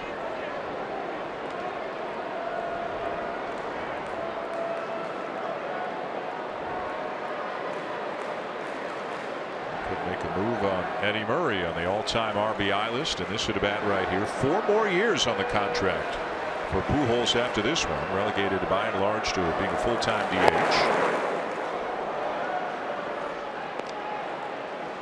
And now in a really good count and an opportunity to get to that 100 RBIs if Martez comes in to the strike zone. Steady diet of breaking balls from Martez here. We saw this him finish Upton off, but I think this is a spot where you would never think that Albert Pujols in the past would get a fastball. He might get one right here.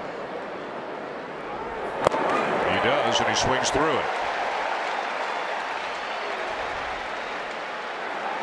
Perfectly located on the outside corner. When you've been breaking ball, all of a sudden you cut loose with 95.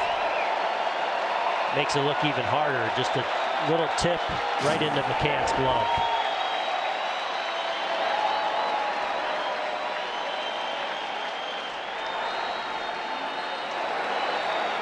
Three-2. Down and away, ball 4 to load him up.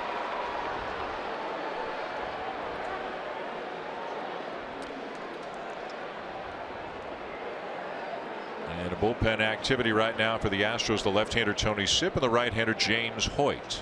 Again, lots of arms down there in September. And McCullers, in his return to the rotation, only getting through 3 1/3 tonight. And that'll bring up Brandon Phillips, who homered his last time up. That was one of the few breaking balls that just kind of rolled in there from McCullers, who had a good one much of the night. And after about 4 breaking balls in a row there to Brandon Phillips, he finally timed one up and about hit it out on the tracks out there in left field. So the Angels with a great opportunity here. Cole Calhoun is at third. Mike Trout has got a couple of hits tonight, is at second. Albert Pujols just drew a walk to load him up. And with 2 down, the batter is Phillips, a double and a homer. And very good career numbers with the bases loaded.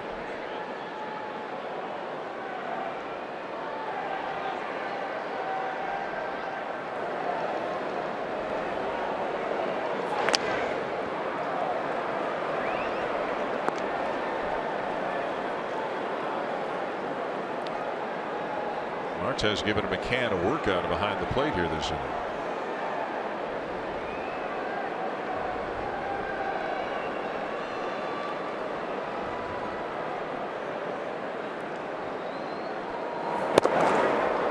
And he falls behind 2-0.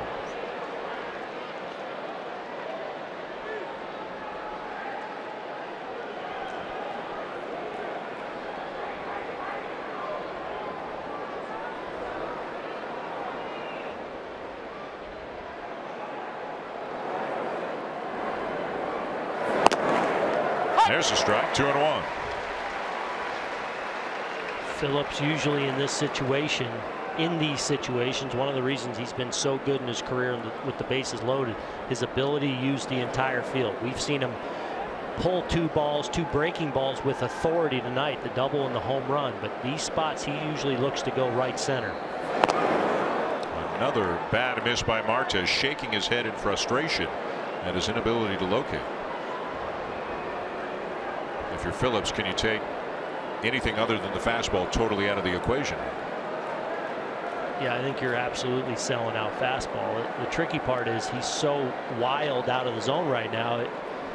You know, you almost want to take another pitch, but you don't really want to run it to 3-2. You got to just trust yourself that you're swinging a good one. Swung at a good one, but he fouled it back, and you can see the look on Phillips's face after the swing as if, man, that was the one I should have taken advantage of.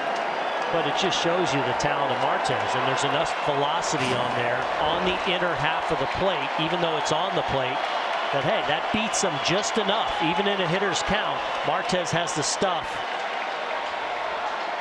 to be effective. So everybody will be on the move. Bases loaded, 2 down, full count. And we'll do it again.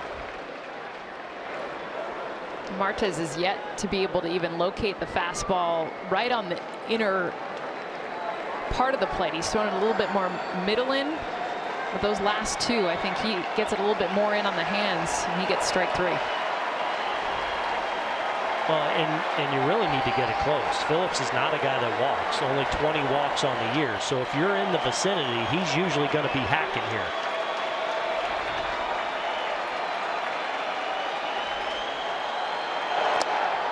Lays off a pitch upstairs, and the walk will force in a run.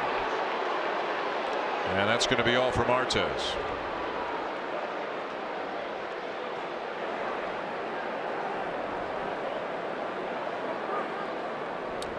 So we will step aside again.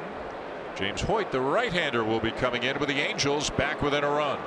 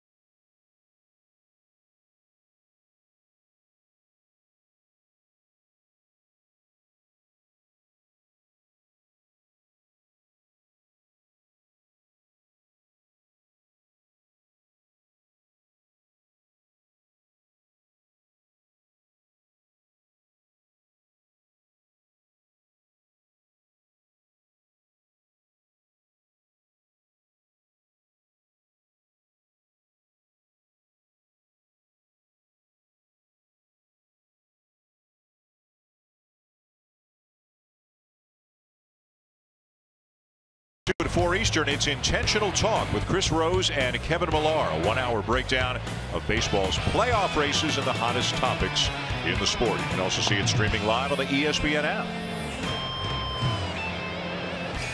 Well, she may be hanging in there, but for the starting pitchers tonight, been a different story. Now, Skaggs is still around, but McCullers going just 3 1/3. Again, coming back to the rotation, only 63 pitches. Skaggs getting roughed up in 1 inning, giving up all 4 runs in the same inning. That's tonight's pitching summary, brought to you by Dell Small Business. The Angels back within a run, though. 4-3, bases loaded, 2 out. Here's right-hander James Hoyt. Well, part of that deep pen, on for the 41st time. High ERA, but really strong strikeout to walk ratio in just 46 innings of work. Does it with a low to mid-90s fastball, a slider that he'll throw about 50% of the time. He'll also mix in a split-fingered fastball. The batter is Andrelton Simmons. Lays off a breaking ball low. Simmons is 0 for 2 on the night.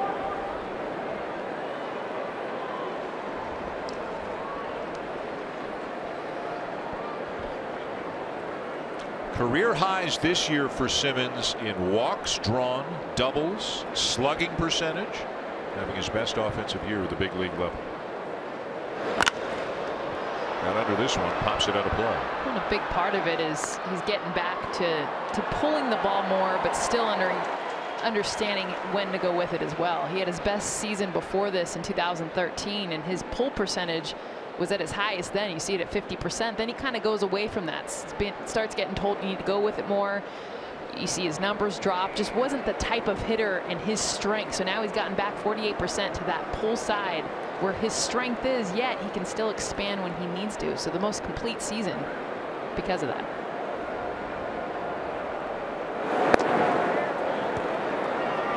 Close but no, in and out of the glove of McCann, and it's 2 balls and a strike on Simmons. Keeping an eye on Trout down at third. A run in on the bases loaded, a walk that forced in a run this inning to bring the Angels back within 1.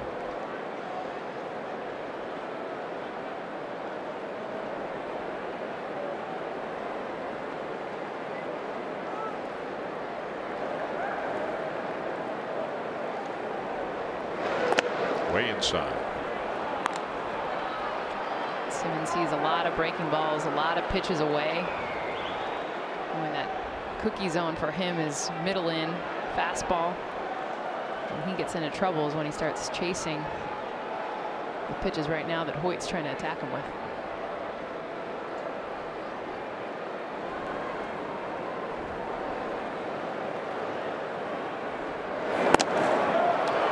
Another bases loaded to walk, and this one will tie the game. And with Tony Sipp getting ready down there from the left side, and Valbuena now due up. Wonder if they'll stick with Hoyt. Looks like A.J. Hinch not moving. Not moving.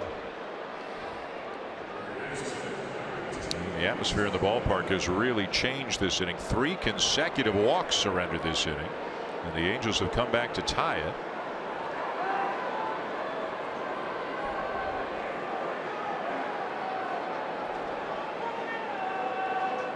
Valbuena 0 for 2.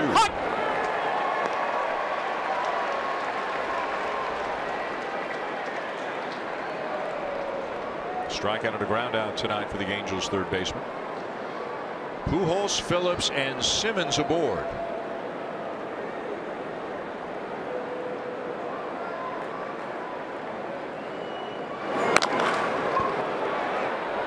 And a slow ground ball to first will end the inning.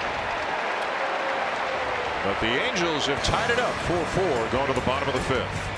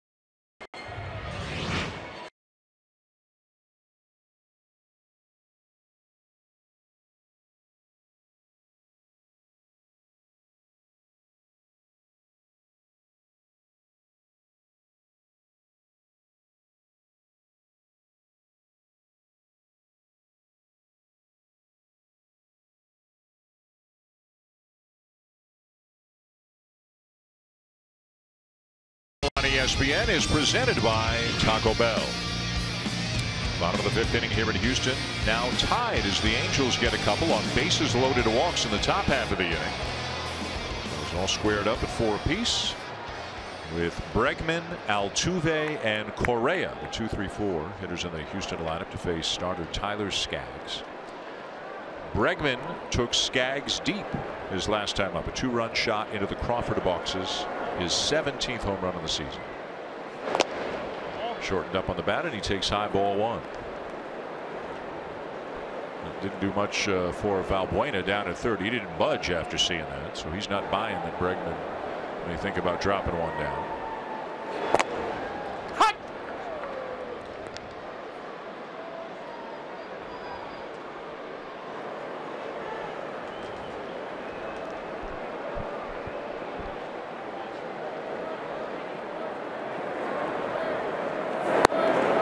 Hot. 1-2.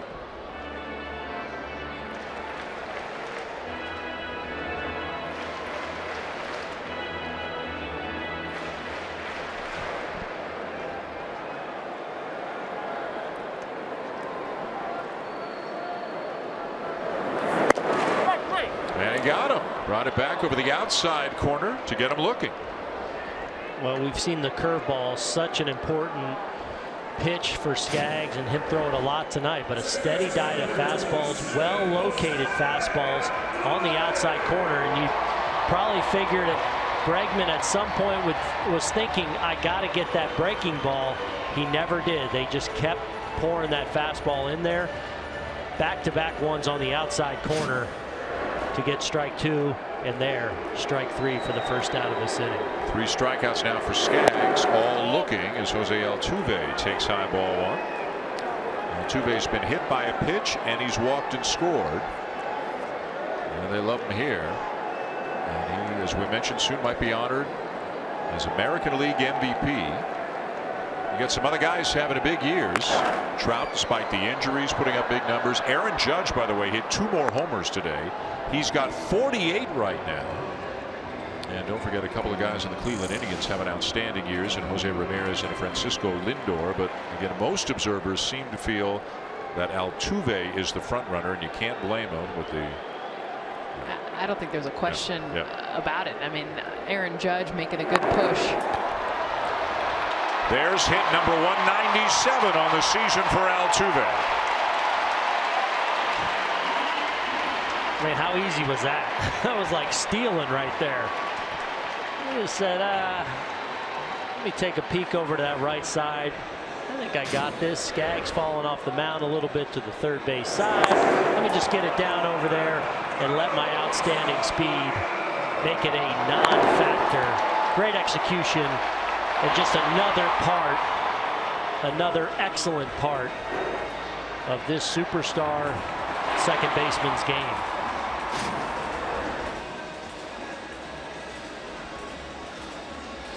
Let's see if he tries to put his speed into play here. Got a lefty on the mound in Skaggs. Got a catcher in Maldonado with a very strong arm. But Altuve is always a threat to go. He's got 32 steals on the season. Mike Scioscia very complimentary towards the play of Martina Maldonado, and of course Scioscia was a terrific defensive catcher back in his day. But he said it's not just the arm. Everybody talks about the arm, but it's how diligent he is about putting the work in, learning the hitters, making calls to the pitching coach at midnight. Hey, I want to look at some video. And he said Maldonado really is the whole package behind the plate. Well, compared him to Benji Molina, who obviously Yadier's older brother and a big part of the 2002 World Championship team, a Gold Glover in his own right, but just great receiver, great arm, yes, but great knowledge of opposing hitters and works outstanding with the staff. Correa gets jammed and lifts the fly ball to right center. Calhoun will make the catch for the second out.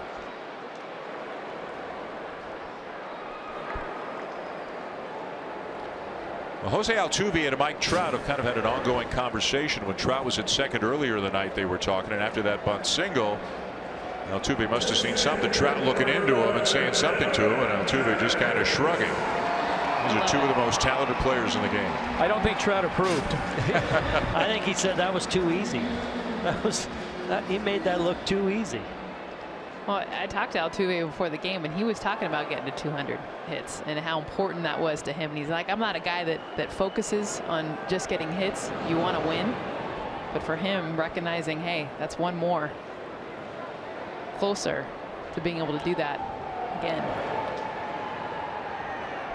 Got a week left to get 3 hits. Seems like a lock. Evan Gattis, base hit into left field. Second hit of the night for Gattis. Altuve to second.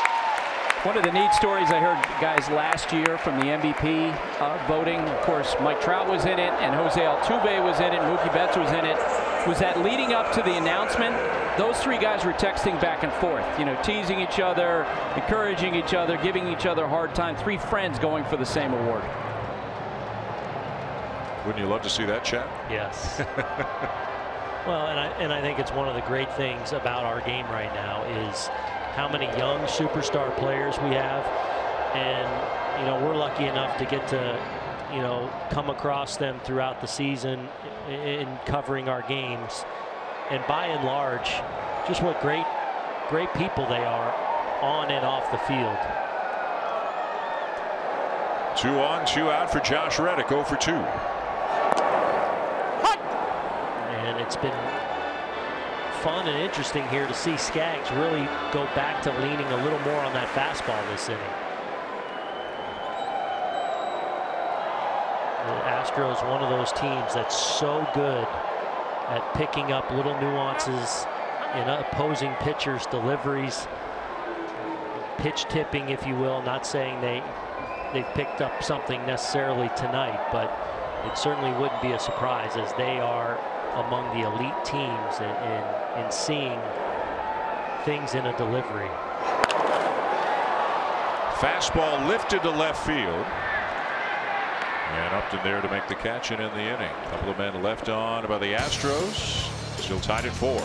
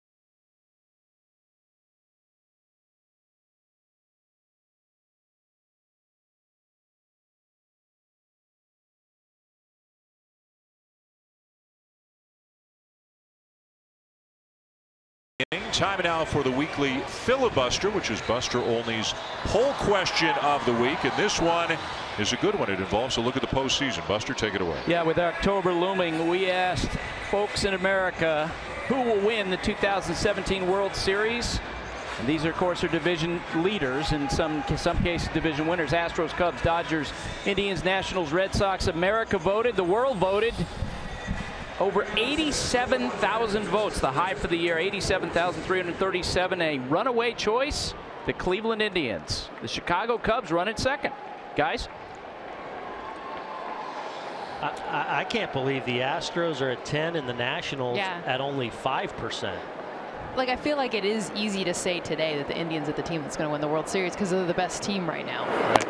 I want want to give the Nationals some love, though. I mean, that's a team that I think can definitely win it all, and you can argue every single one of those. But I like the Nationals when you think about their starting rotation. Yes, Max Scherzer, but Steven Strasburg, Gio Gonzalez, the seasons they're having, the depth of their lineup, the defense, the bullpen, that them going and getting 3 huge arms in the bullpen to make that what was their only weakness this season and making it a strength. So that's a team that I would jump on and say 5% America. Come on. I'm going to go with America, though, and just what the Indians are doing right now. And they seem more than any of the teams remaining, and there's a lot of great teams, obviously, built for the postseason. Great high-end starting pitching. Deep.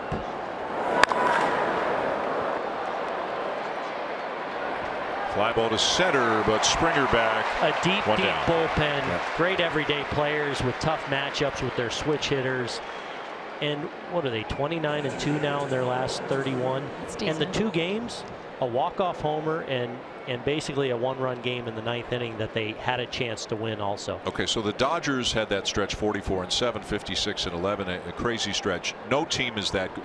No team is 29-2 good. No team is 44-7 good. So not saying the Indians are going to come crashing down to earth, but are they that much better than everybody else? You would make them a favorite against anybody going into a playoff series, right? I would, and I think where there might be the most vulnerable, if the Yankees win the wild card game and go play the Indians in a 5-game series, I think they may have the best chance. I have a hard time picturing the Indians losing 4 games to a team right now, even with some of the great teams like the Astros that could be waiting for it.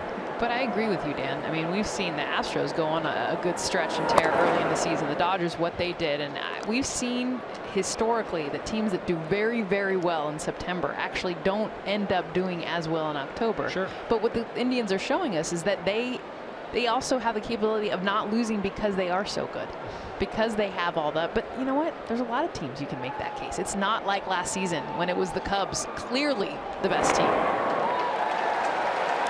And oh, by the way, the Indians were in the World Series last year and have a bit of a chip to get back there and win the whole thing. Yep. What about the Astros?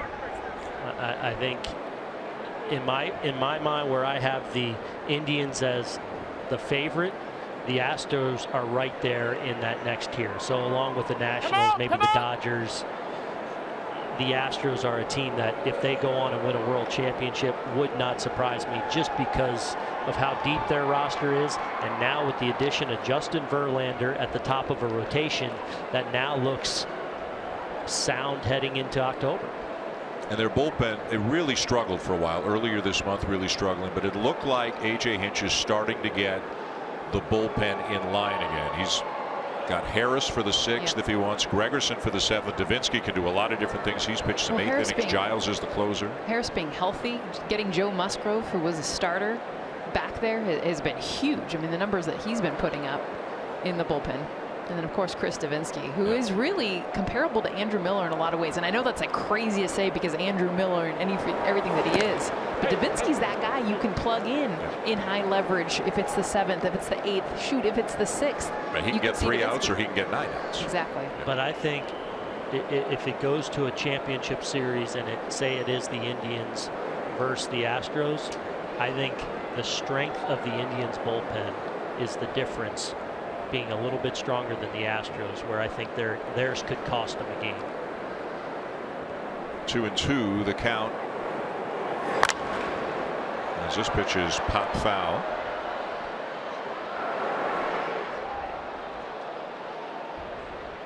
Well, back in 2014, Sports Illustrated put George Springer on the cover and said the Houston Astros will be the 2017 World Series champions. Are they going to be right? We'll find out in the next month. And they were awful that year. I mean, I remember when this came out on the cover, people were laughing. Like, what is Sports Illustrated doing?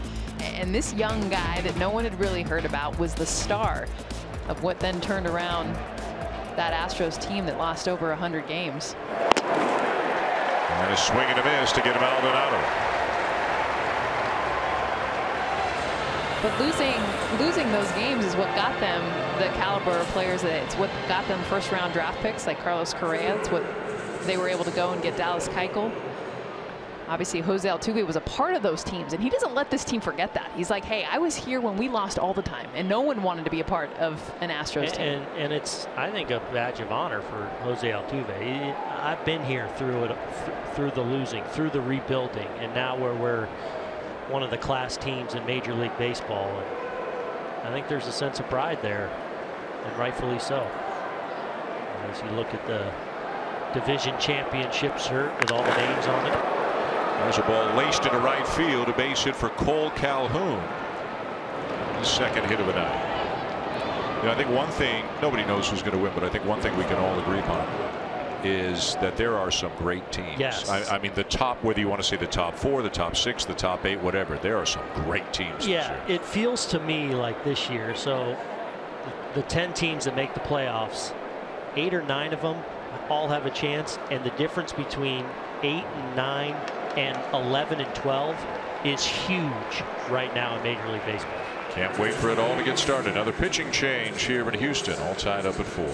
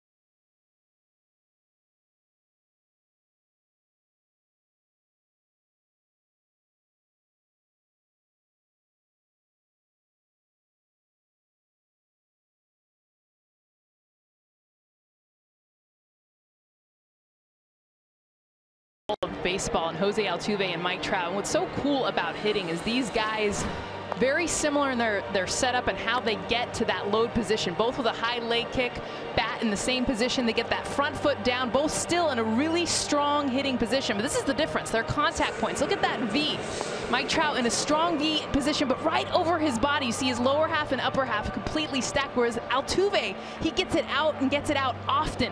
So both these guys, Trout will literally get into that same position over and over again, that perfect hitting position, and have success. Altuve, he can get a variety of different positions and hit almost any pitch. That's why he has success, but two guys doing it very different ways, but awesome ways to be able to hit the ball. And here is Trout coming up. Chris Stavinsky is the new pitcher for the Astros. He has been outstanding out of the bullpen for Houston this year. One of the best changeups in baseball. There it is as it misses down and away, ball 1, and that's why he has been so tough on left-handed batters. His numbers against left-handers are microscopic. He's in to face some righties here, beginning with Trout. Yeah, fastball, changeup, slider. One thing he's done a good job of, as the league has really started to look for and sit on that changeup a lot, he's actually thrown some more fastballs.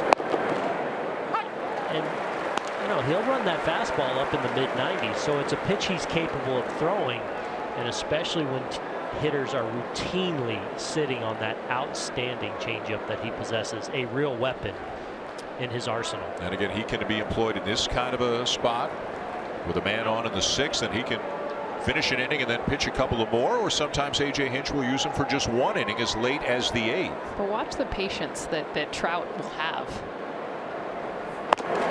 And I talk about that positioning that he gets into and the difference between him and Altuve. Trout knows what he can and can't hit. He has a great understanding of it, and he will not. He is disciplined to not swing, and even strikes that he knows he doesn't have a high percentage of hitting well. So disciplined. 2 for 3 tonight. Well, what Trout does probably better than anyone is he lets the ball get deep in the hitting zone, and that allows him to see the ball a little bit longer and make his decision to swing or not a little bit later, and why his strike zone knowledge is so elite. And a 3-1 changeup misses inside, a ball 4. First and second, 2 down, and now Davinsky will have to face Justin Upton. Here's a number for you guys. With that walk, Mike Trout now has reached base via hit, walk, or hit by pitch 214 times in 108 games. 214 times reaching base in 108 games. It is remarkable. And philosophically speaking, Mike Trout kind of goes up there saying, let me get beat by the fastball, because he's so short and he's so strong that he surprises himself at how much damage he's able to do on letting the ball get deep into the hitting zone. But what it also does, allows him to lay off pitches and take advantage of mistake off-speed pitches time and time again, because when he's letting the fastball get deep on him, that hanging breaking ball or hanging changeup shows up, and that's where he does a lot of damage. Angels 0 for 10 tonight with the runners in scoring position. They've already stranded 6. 2 on, 2 out, tie game.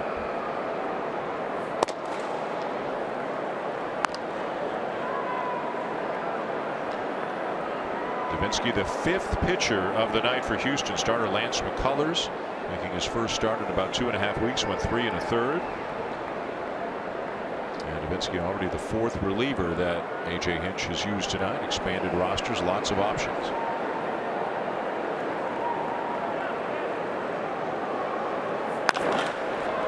Ground ball to the right side to his left, Altuve, and that's the inning.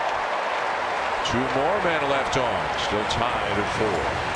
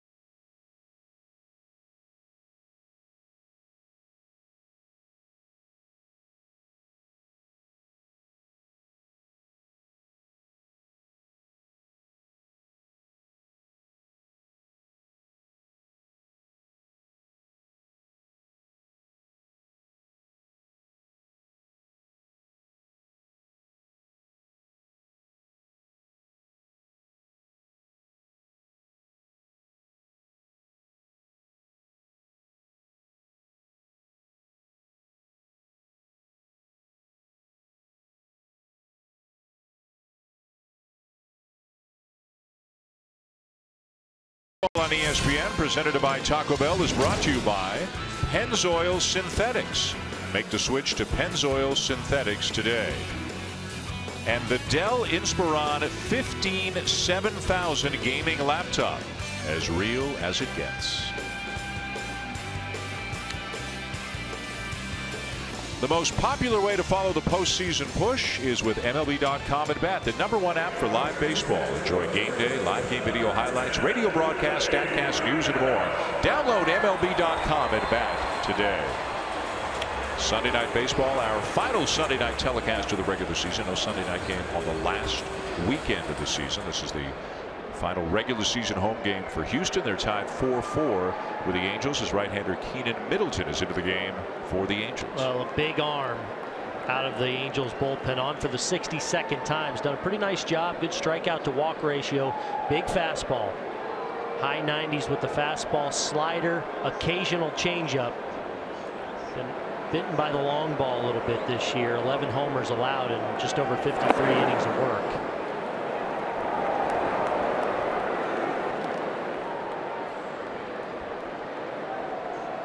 Yuli Gurriel leads it off for Houston.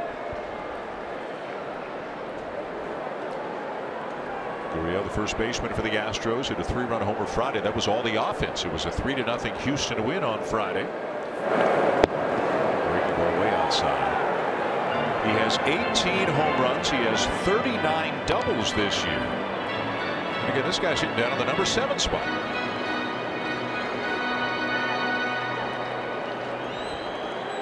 The Astros have a team, have 11 players in double figures with home runs. That ties a major league record.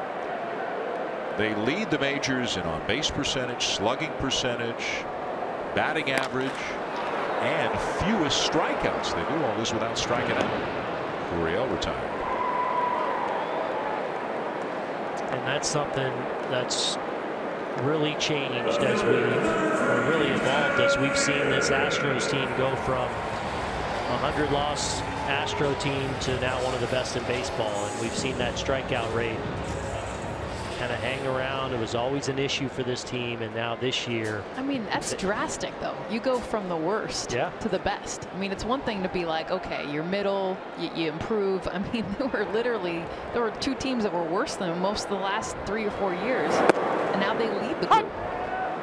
And that, I think, is a huge testament again to the Beltran and McCann and even Reddick coming over, and just the conversations. We talked about it with Verlander, now talking to Keuchel and just listening in the dugout. Hey, you see that count there? This is what you do. That education that goes beyond just, hey, don't strike out anymore.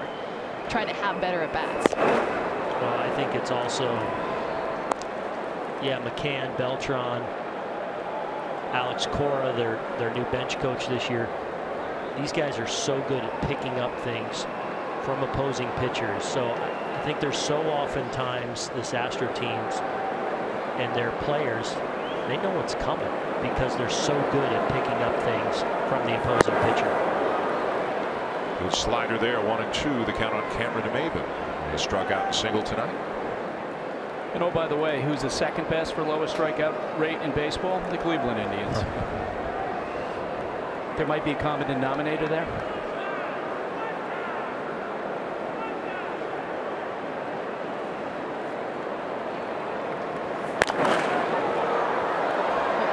Interesting because, to be honest, I feel like in 2017 the strikeout is actually what reigns with the power. Like, the strikeouts are actually now a lot more acceptable, and you see a lot of teams that are striking out a lot that still have a lot of success. So the fact that you have 2 of the best teams in the American League are also leading the way with not striking out, I feel like, is more of the anomaly.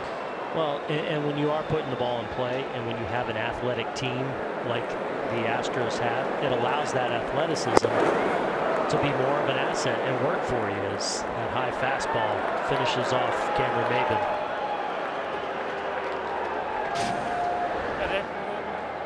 This fastball up in the zone just kind of continues to ride into the hands of Maybin. You talked about the velocity of this pitch, 97, but it's also the action. As you see, Maybin starts his swing where he thinks the pitch is going to end up. That's more middle, and ends up middle in and up.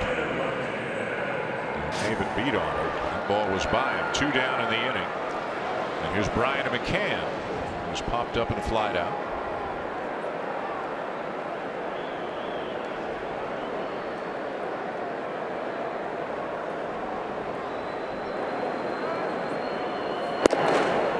Another guy like Justin Verlander, but for McCann it happened in the offseason, who elected to waive a no-trade clause and agreed to come to Houston. You know, you start getting on the backside of the second half of your career, and you've made some money, and you want to win. And for McCann, he saw a really good team here. For Verlander, he saw a chance to win here. Well, and kudos to the Astros too, for they know all this talent they've accumulated. They know all the young superstar players they had, and you know, it's a team that's very steeped in analytics and committed to the analytics of the game and what that tells you. But I also think they recognize the importance of having a couple of impactful veterans, not only for what they're able to do on the field, but what they're able to do within a clubhouse and impacting and helping really develop that young star nucleus that this Houston Astros organization possesses. Well, and recognizing what they lacked in 2015. So they get into the postseason and they just weren't ready to be able to get past. And they were close with the Kansas City Royals, but when you just watch the dynamic of that team and how young they really were, I think it showed in the postseason, and now they're a different team because of it. They were up 2-1 on the Royals in the best-of-5 division series and were leading Game 4 6-2 going to the 8th inning. And the Royals scored 5 in the 8th, 2 more in the 9th, beat them 9-6, won Game 5, and ended the Astros season. Well, so they, sorry, Aaron. So they have added some veterans. You guys both talking about the Beltran, McCann, Reddick, Verlander, guys who carry good reputations in the clubhouse and guys with a lot of postseason experience. Look at Beltran. I mean, it was 1,000 years ago. It was actually 13 years ago. Remember when Beltran was in Houston in 2004? One of the great postseasons we've ever seen. Well, I think it helps too when your young players don't have to be the ones that always have the answers. So after a tough loss in the media, it doesn't necessarily have to go through Correa. It can now go through these veteran guys with all that experience. End of 6, tied at 4.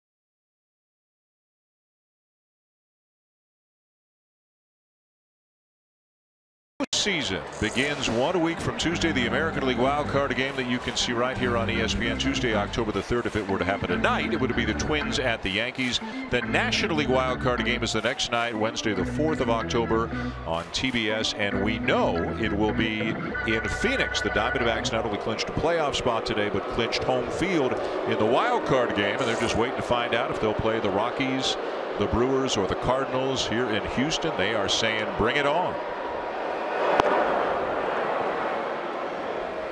7th inning, tied at 4. Albert Pujols to lead it off against Chris Davinsky. Pujols 0 for 2 with a walk.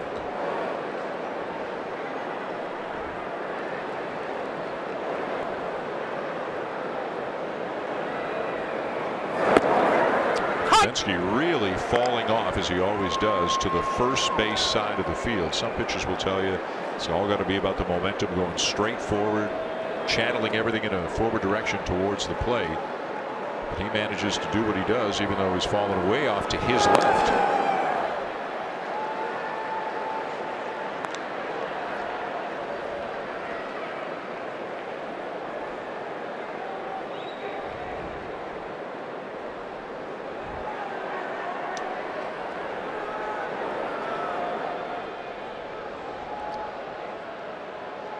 And the 1-2.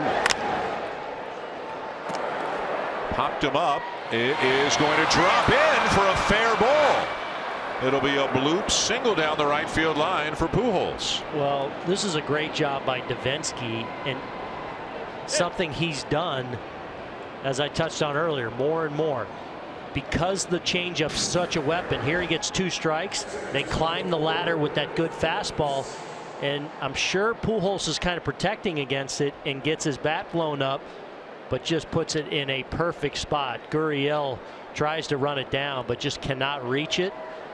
Good job by Reddick of getting to this ball quickly and picking it up so that Pujols has to stay at first. So the leadoff man aboard in this tie game here in the 7th inning, and here's Brandon Phillips, who's been on base all 3 times tonight. A double, a homer, and then a walk. And a home run cut, but he comes up empty. And then the bottom just falls out of that changeup. It almost works like a split-fingered fastball. He's got such good arm action on. It's one of those pitches you look for. You can even sometimes miss it. But that's why the fastball, mid-90s that he has up in the strike zone, is an important pitch to set that pitch up, but also work as another weapon for him. Didn't go. His teammates in high school used to call it Davinsky, they call him Devo, but his changeup, the circle of death, that circle changeup, and he learned it by looking at the back of a baseball card, and he said that he would just throw it to exhaustion. And imagine that, not a pitching coach, not getting lessons, but actually just mimicking a photo on the back of a card. Using that circle change, he would hawk avocados. They had an avocado tree in the backyard, and there you have it, the circle of death. That is awesome. That is awesome. It's so him. I mean, his story and growing up with his dad and helping him move. His dad was a mover, and he would that's how he spent his summers. And now he's morphed into one of the most valuable relievers in baseball because of his versatility, his durability.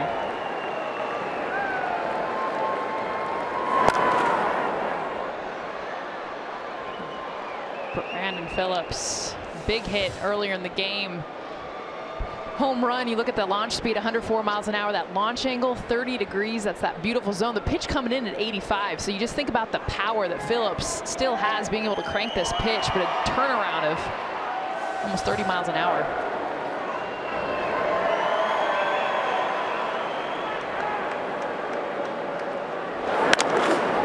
Ground ball to third, booted.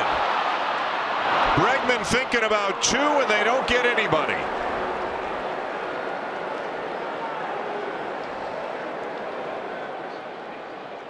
Well, he simply comes up on this ball a little too quick. I think he thought it was hit a little harder than it probably was.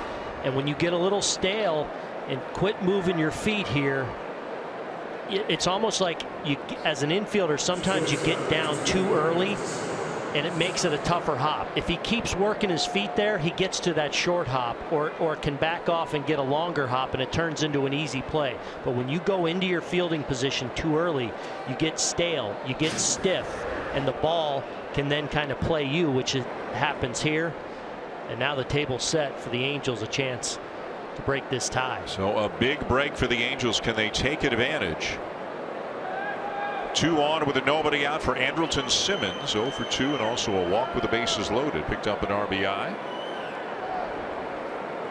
We keep talking about it, but they keep doing it. They're 0 for 11 now with the runners in scoring position tonight. And breaking ball swung on and missed, 0 1. Simmons upset. Didn't want to go after that one. Just that threat of a bunt here at least has Gurriel and Bregman in pretty tight at the corner, so open spaces out there for Simmons if he's swinging away. Chased another one. This one was further off the plate.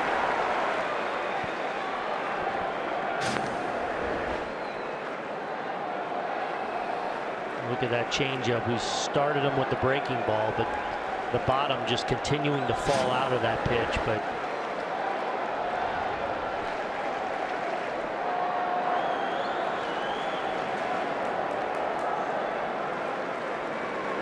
as he tried again.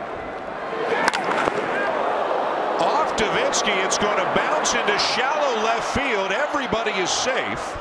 Pujols will stop at third, and the Angels have him loaded with nobody out.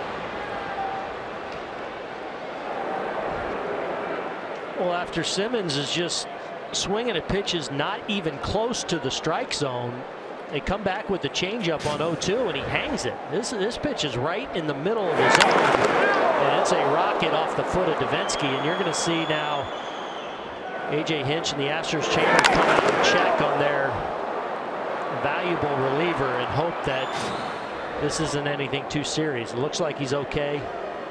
He just said to the umpire, "I'm good." And hopefully that's the case, especially this time of year. You can be sure the Astros were holding their breath for a minute when they saw that ball rocket off his foot. So a bloop single, an error, and then a hard hit ball off the foot of Davinsky, and the bases are loaded with nobody out for the Angels. And the batter will be Luis Valbuena, who's 0 for 3, a strikeout and a couple of groundouts. The Angels in desperate need of every win they can get. Their playoff hopes slipping away day by day. The Twins won earlier today, so the Angels are 5 back of Minnesota at the moment and are running out of time. Swing and a miss.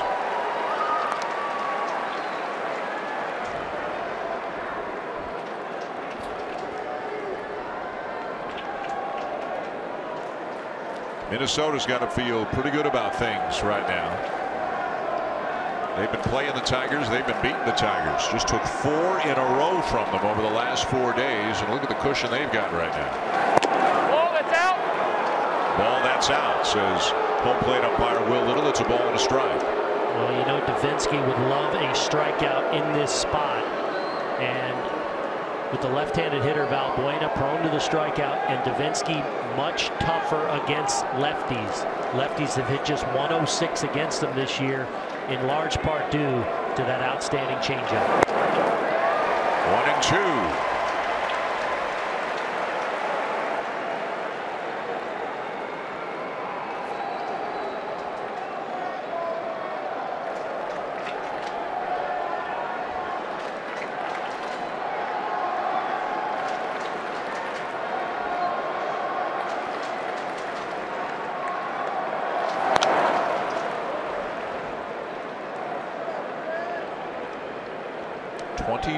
Pitches already thrown by Davinsky. Well, if you're Valbuena now, you just got that fastball up in the strike zone after the changeup on 1-2. It's almost like as a hitter now you kind of think, all right, he showed me the heater there up. You can almost probably sell out on going back to that changeup. And McCann was thinking right along with that with Valbuena, and they tried to sneak another high fastball. I love the call there. Pretty well executed, but Valbuena looking for that changeup disregarded that pitch because it was off the plate away.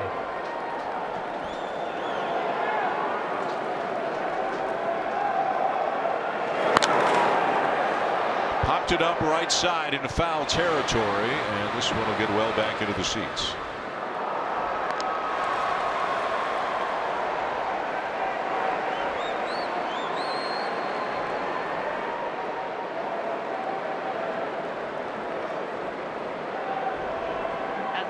The Devo, Chris Davinsky throwback to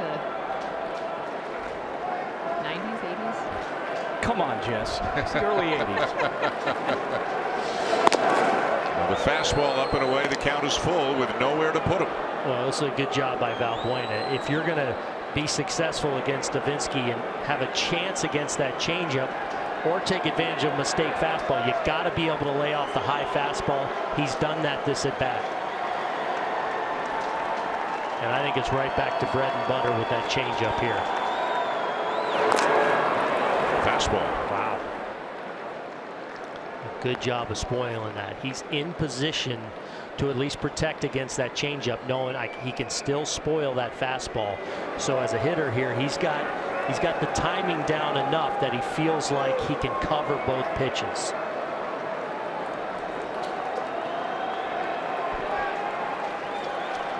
Pujols at third, Phillips at second, Simmons at first, nobody out. And a high changeup fouled back.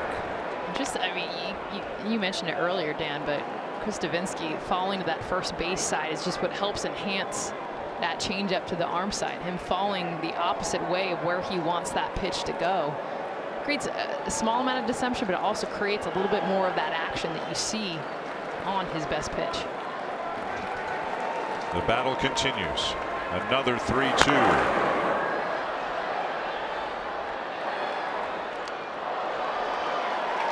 Valbuena's a guy with a fair bit of swing and a miss in his game, but he keeps fouling off pitch after pitch, and he's really making Davinsky work here.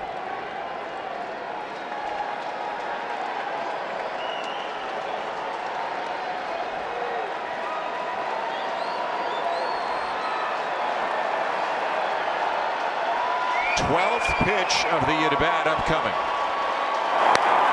Changeup hit hard to right center field, off the base of the wall, and the Angels flying around the bases. 2 runs will score. Pujols and Phillips both in. Simmons stops at third on a 2-run double by Valbuena. And what an at-bat. I mean, for him to foul off pitch after pitch, the best pitch of Davinsky is the changeup, but even the fastballs that he tried to elevate, that he laid off, that he was able to foul off, and then he gets another changeup, and you don't see that same run that we've seen on that pitch. I talked about the action that he'll get with that changeup.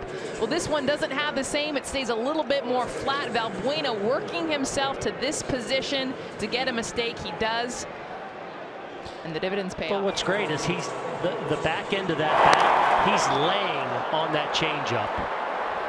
And because he knew he could spoil the fastball by sitting on the changeup, and eventually he got a hanging changeup there and stung it to right center. That's a great at bat in a big spot.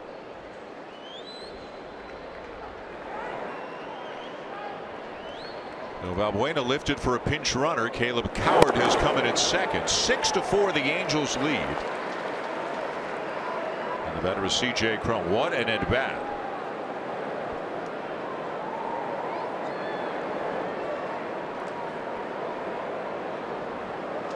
Coward on to run now for Valbuena at second.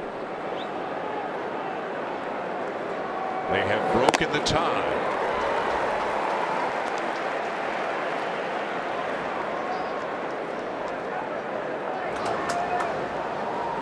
That is an at-bat to save it.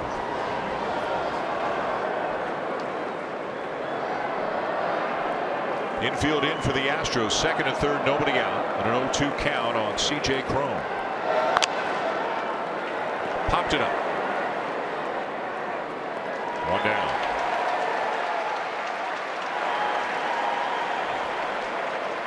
And there's activity in the Astros pen. On the left is Francisco Liriano, who was throwing on his own. Now Michael Phillies is up as well. Liriano was starter for most of this season with Toronto, so he needs some extra time to warm up, and he's probably getting ready for Cole Calhoun, who's on deck. He's been up for a while now. Martina Maldonado trying to add to the Angels lead. Pops a bunt up, and McCann back to get it. Well, the Angels were playing squeeze there, and Maldonado popped it up. Yeah, went with the safety squeeze there and just gets underneath it and pops it up, and here comes Hinch with the hook for Liriano. This is why they went out and got Liriano, a veteran lefty they thought could have some success against lefties out of the pen. He'll come on to face Calhoun when we return.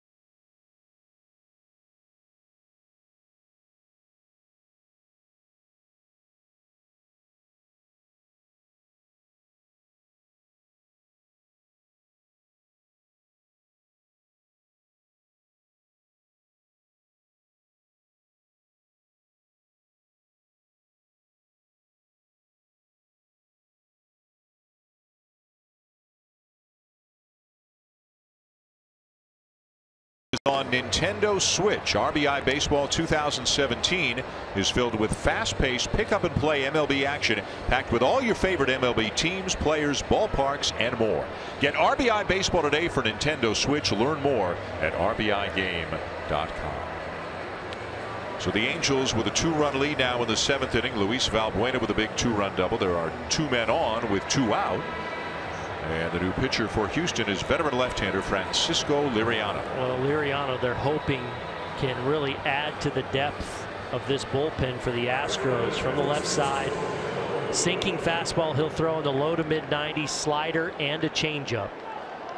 Just trying to get him to work down in the zone. When he's down in the zone in the middle of the plate, he gets excellent action on his sinking fastball. It'll cut at times on him, but then that slider and changeup work off of that pitch. When he's down, he's really tough. 2nd and 3rd, 2 down. Lefty-lefty matchup, Liriano and Calhoun. Command often an issue for Liriano. We'll see how that plays out here in what is sure to be just a one-batter spot for him with Mike Trout on deck. Calhoun's had a good night. Trout's had a good night as well, 2 for 3 with a walk as he waits on deck.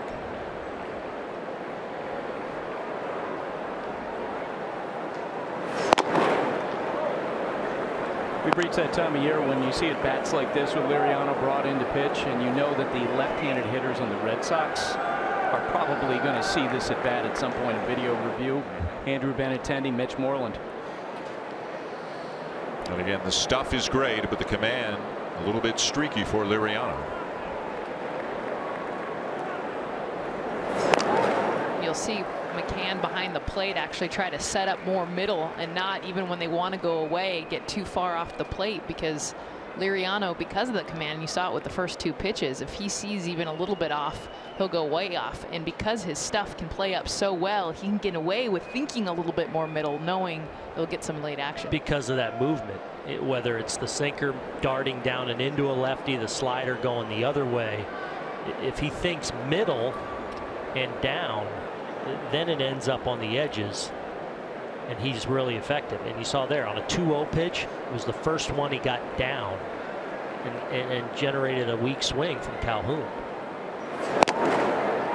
There's the slider in for a strike, 2-2. Phillies now has been joined by Luke Gregerson.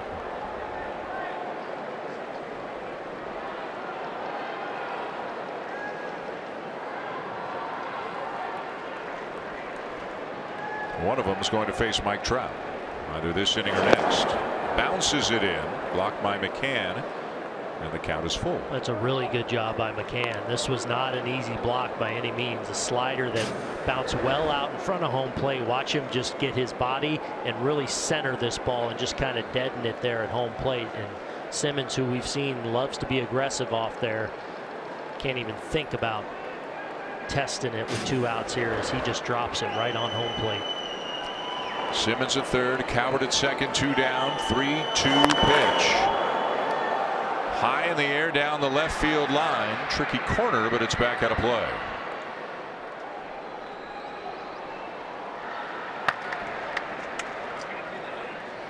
It is such an important part of baseball these days, is to have that reliable left-handed reliever who can come in and shut down left-handed batting. And again, this is something that Liriano's done, but for the most part in his career, he's been a starter.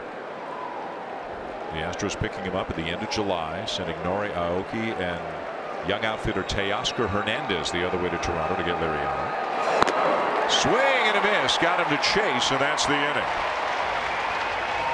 But the Angels have the lead, 6-4, 7th inning stretch.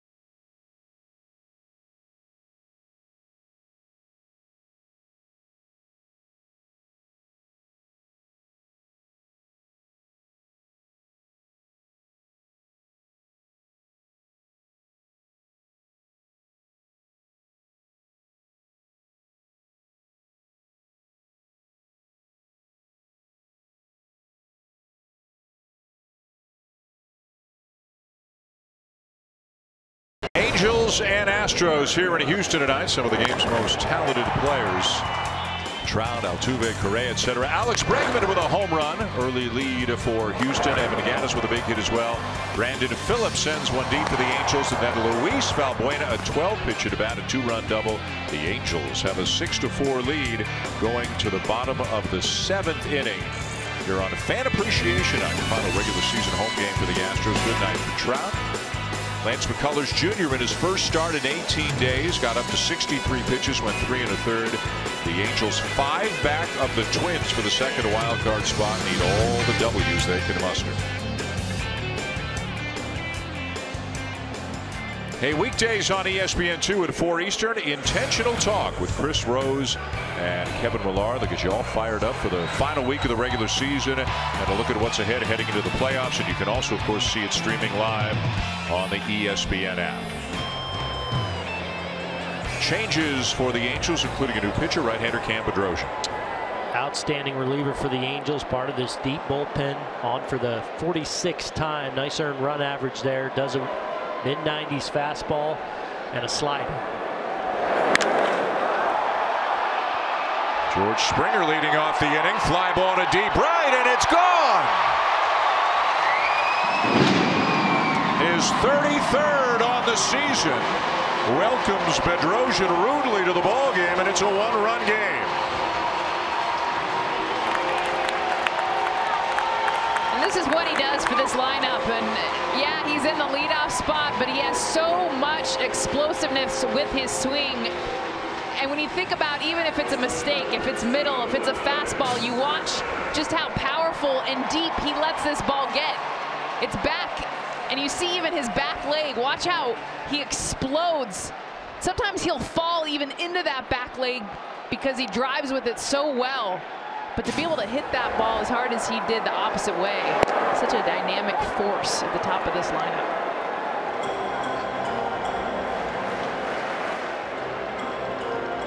.33rd on the season for Springer, 6.5. That got him going here at Minute Maid Park. Alex Bregman now the batter. He's homer tonight, his 17th.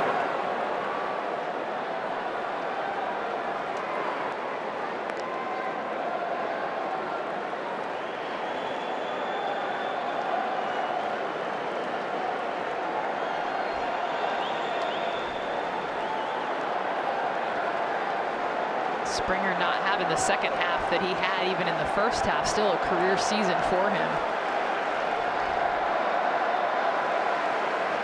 36,000 and change here in Houston tonight as Bregman hits a bouncer, fair ball, and Caleb Coward, who stays in the game at third base after pinch running for Valbuena, will make the play, 1 down.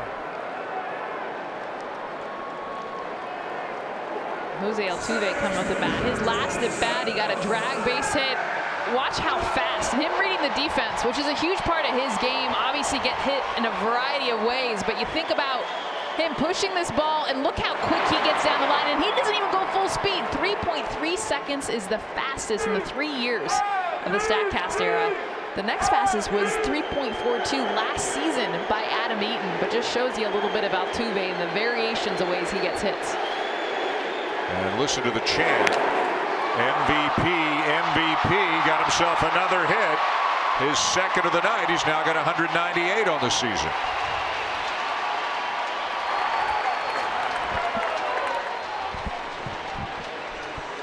We saw kind of ways that he does with his swing when we compared him to Trout earlier, but watch even where he makes contact with this pitch. He'll make contact with pitches up, down, off speed. He can hit just about anything. In fact, he's got the highest batting average on fastballs in the league, and he's got the second highest on breaking balls, and it's because of this. He's out of position there. I mean, he's not even stacked the way you're supposed to be, and he still drives it up the middle. But that's more old school Altuve there, where, you know, as he started to develop that power and that patience the last couple of years, he'll tend to get deeper in the count because early in the count he'll look for pitches he can drive. There, he hit kind of a pitcher's pitch, first pitch thrown to him, and just dumps it into center field. And now is the tying run with all that speed over at first. And the batter Carlos Correa, 1 for 2 with a walk.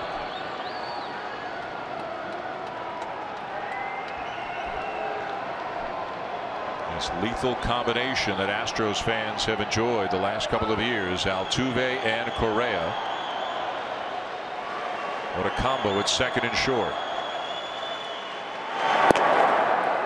High strike, 0-1. And this is where speed obviously plays such a role, not only as the tying run over there and the threat of that stolen base, but just the ability to potentially get into the mind of a pitcher. So you just tend to see more mistakes in this spot where there's speed at first base, especially as the tying run, and you got obviously a very dangerous man at the plate.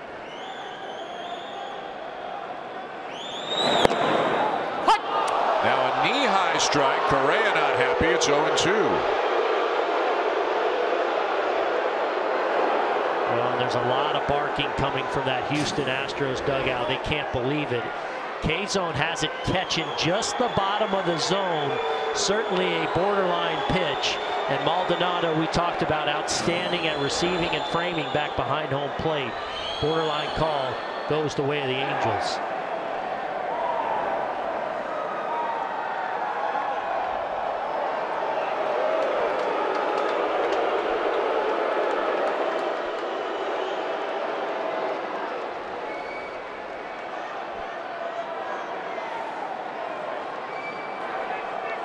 Altuve with 32 stolen bases on the season draws a throw from Bedrosian.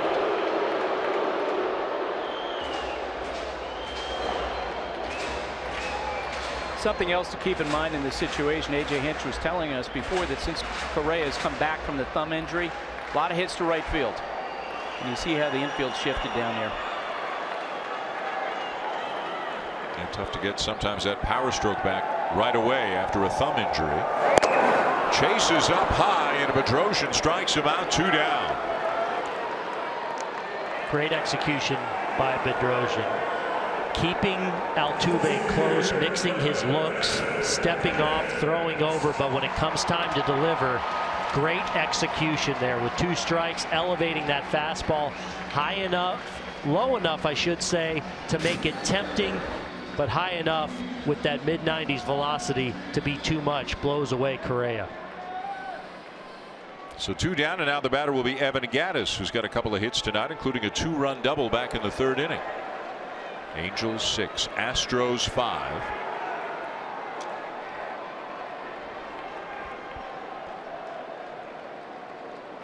A big guy in Gattis, though, who gets in kind of an extreme crouch up at the plate. I just love the way he holds the bat. I mean, the thing just, he's got just such this great stance. It's like screams lumberjack. Of course, the beard doesn't, it plays into all of it, but the way he holds that bat and just makes it just so tight, so unique, and then the way he swings it, just a strong, strong hitter.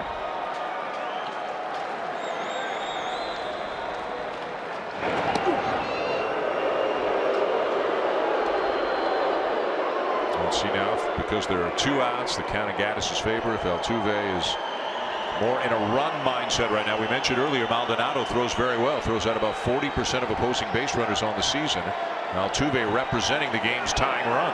That's part of the reason he hasn't left yet, but definitely these last 2, he's trying to time Bedrosian up with that walking lead. Not going. And he paused right there. He's trying to kind of just walk and get his momentum into it, knowing he's got to get a good jump with Maldonado behind the plate. And there he kind of got locked up over there.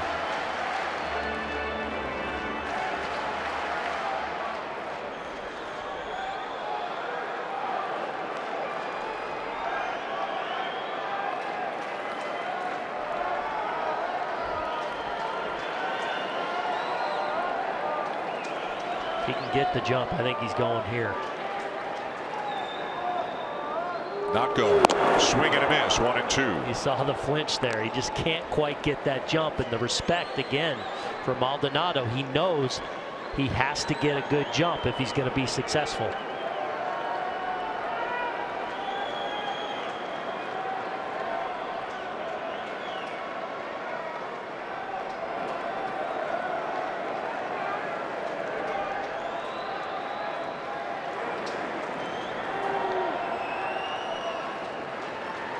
There he goes.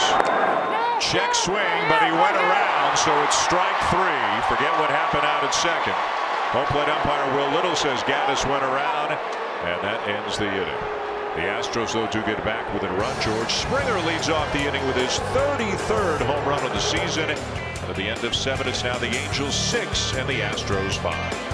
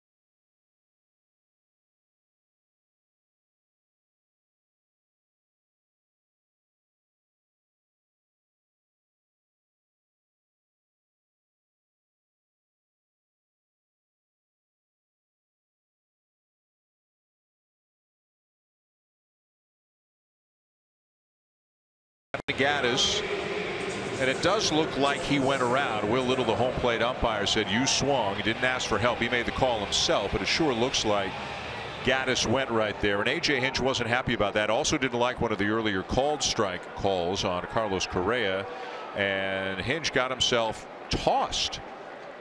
He was arguing from the dugout with Little, got himself tossed, then came out to have his say, but AJ Hinch out of the game as we go to the 8th inning. Mike Trout up, Angels leading 6-5. Luke Gregerson, the new pitcher. Well, and what you'll see is Alex Cora, the bench coach, will now take over as manage the rest of the night. But what you'll see with hitters a lot and with coaches and managers is they get frustrated when you don't check down at first base when a home plate umpire doesn't appeal because they can see it better. That said, if you get it right, you're allowed to do it. I mean, Trout with a bouncer to third. Bregman.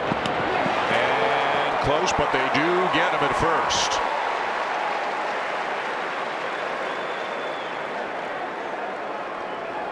Take a look at the new pitcher for the Astros, Luke Gregerson, who's been such an important reliever for this team for a number of years now.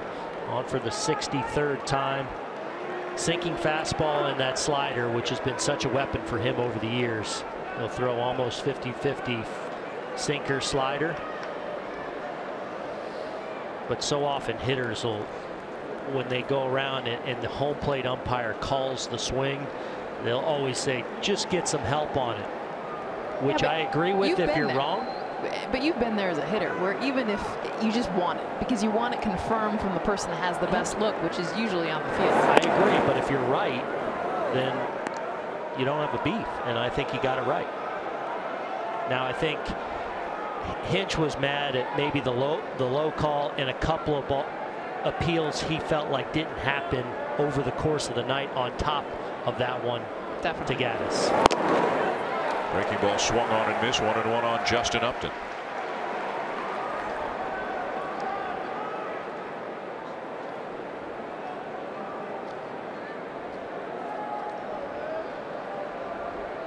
(6-5) Angels leading top 8 here in Houston.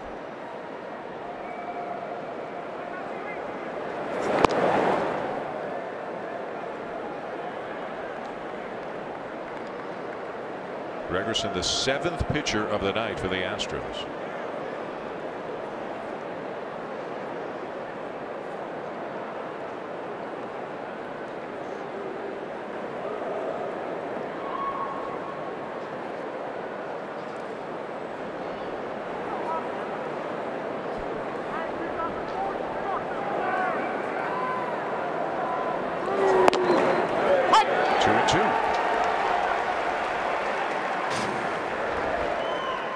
One more look.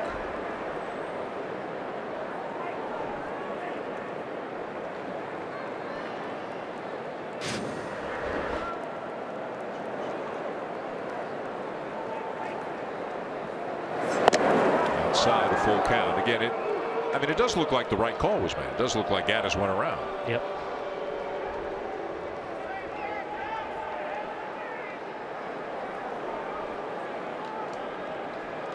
So Alex Cora, the bench coach, now the man in charge of the Astros here in the 8th inning. 3-2 on the way, and Upton lifts a fly ball down the left field line towards the corner, but foul. Man, he's seeing it so good right now. He had 2 home runs yesterday's game. One on a breaking ball, one on a fastball, and that one, the slider. And it's just it's more of how he recognizes and sees the comfort that he has with a breaking ball in this one. You see him get his front foot down, but watch the position he's able to get his body in. He's a little bit out in front, but he recognizes this pitch is a breaking ball and almost gets it out.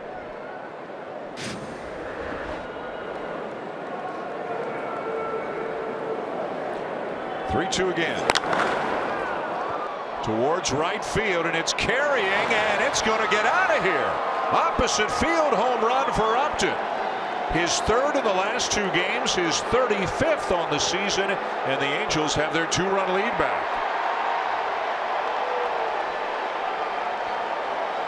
Well, talking to Mike Scioscia before the game, and you know, he always viewed Justin Upton as a dangerous hitter, but he's been so impressed with the quality of his at-bat since coming over the Angels. And there you see a slider on the outside corner, and Justin Upton, who doesn't hit a lot of balls out of the ballpark the other way, just goes with that pitch so effectively.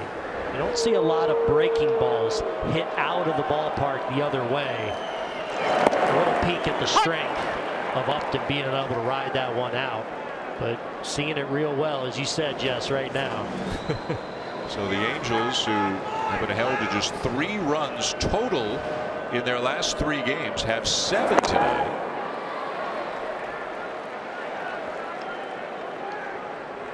And Upton with now 35 home runs on the season.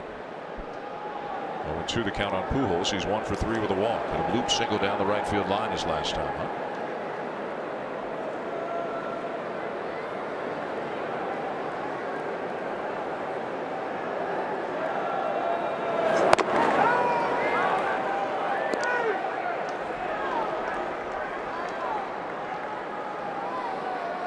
The Angels over the final week of the season will have a 4-game series in Chicago starting tomorrow against the White Sox, and then they'll come home and host Seattle for 3 to end the regular season. And again, even with a win tonight, they would still be 4.5 back of Minnesota with just a week to go in the regular season, trying to chase the Twins down for the 2nd wild card spot. Angels trying to snap a 6-game losing streak here tonight.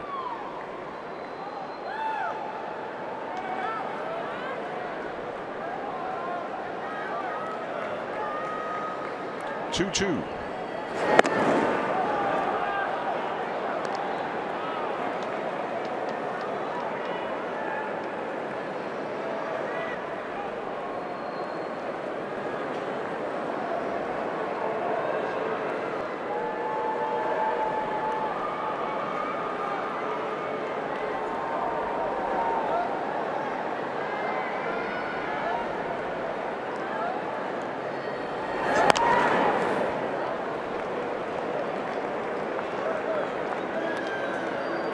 Pujols still with that shift the Astros have on him, not only to the pull side, but just so deep. Again, because of Pujols' lack of speed to get down to first, and not even just Correa and Altuve, but Gurriel pulled way off the bag.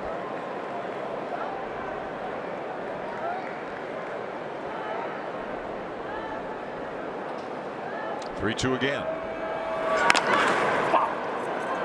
Altuve, second time we've seen this. The throw from shallow center, and he'll get Pujols for the second out.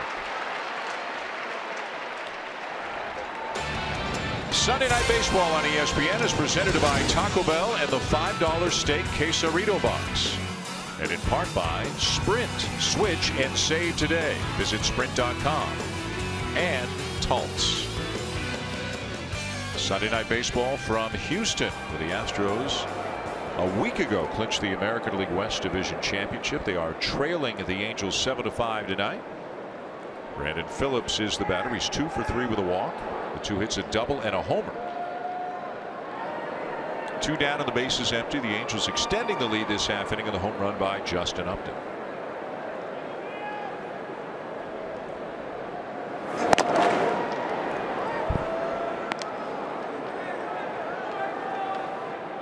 Both bullpens busy at the moment.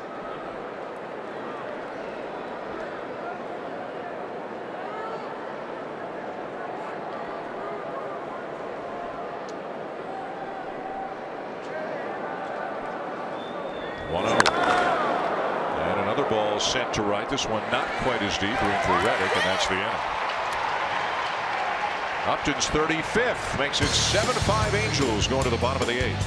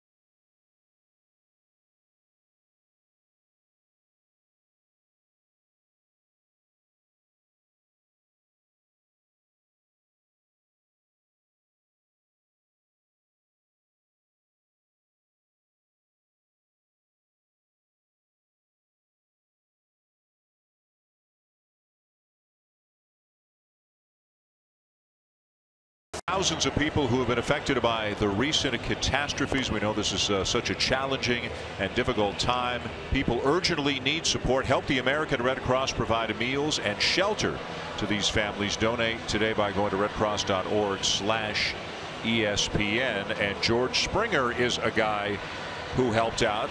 He is from Connecticut, and although he wasn't there, he helped organize, and along with his sister and other family members, they got 3 tractor trailers full of urgently needed supplies in Connecticut together, and those tractor trailers then were driven down to the Houston area to help with those people, and there were so many of them who were affected by the tragedy that was Hurricane Harvey. So George Springer, good on you, good on your family, and good on everybody who has helped and continues to help, whether it's Harvey, whether it's Irma, whether it's Maria, whether it's the earthquake in Mexico. So many natural disasters, sadly, in the last month or so, and so much still needed to be done. Well, to Booty's point earlier, to continue the help, because I think, like anything, you get distracted by life and what comes next, and we've had one after the other, but 3 weeks from now, a month from now, 3 months from now, that help is going to be even more needed. So continue to keep our hearts and prayers.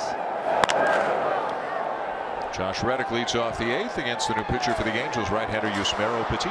And what a year it's been for Petit. He was such a valuable reliever for the Giants for a number of years. Now with the Angels, outstanding whip, on for the 58th time, and a great strikeout to walk ratio, 95 strikeouts on the season, on to try and help get the Angels back in the win column here. Strike 3 called for out number 1.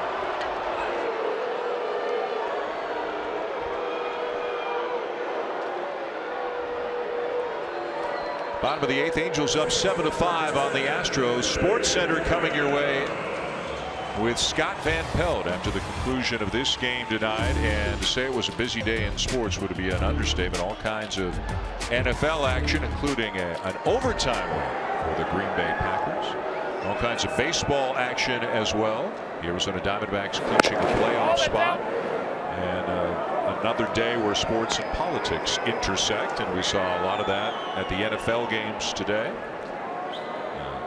Some games to a small extent, some games to a significant extent, as various teams handle the national anthem in different ways. Bruce Maxwell for the Oakland A's knelt again for the 2nd day in a row when the anthem was played. SVP will have that and everything else covered for you, as well as he always does after the ball game tonight. Yuli Gurriel 0 for 3.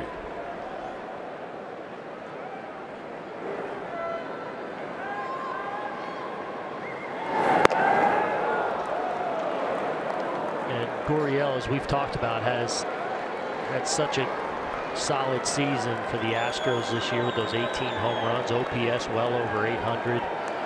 But I think they're really excited and think he's going to be perhaps of even more value come October.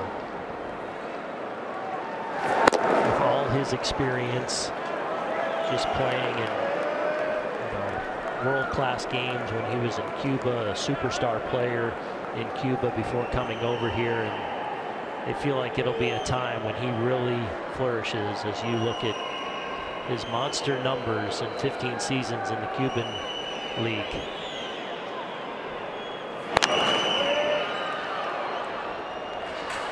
Meanwhile, out of the on-deck circle right now is Carlos Beltran, who will bat for Cameron Maybin. Beltran now 40 years of age, another one of the veteran acquisitions for the Astros in the offseason.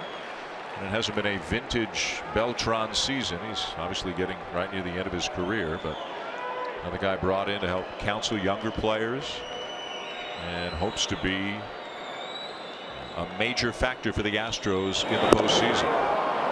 Wild swing and a miss by Gurriel, 2 down.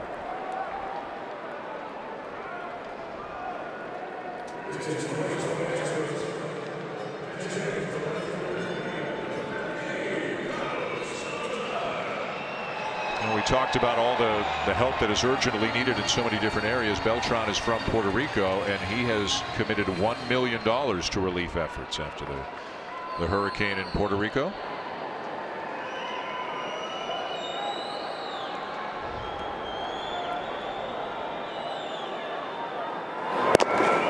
It's a fastball outside for ball 1.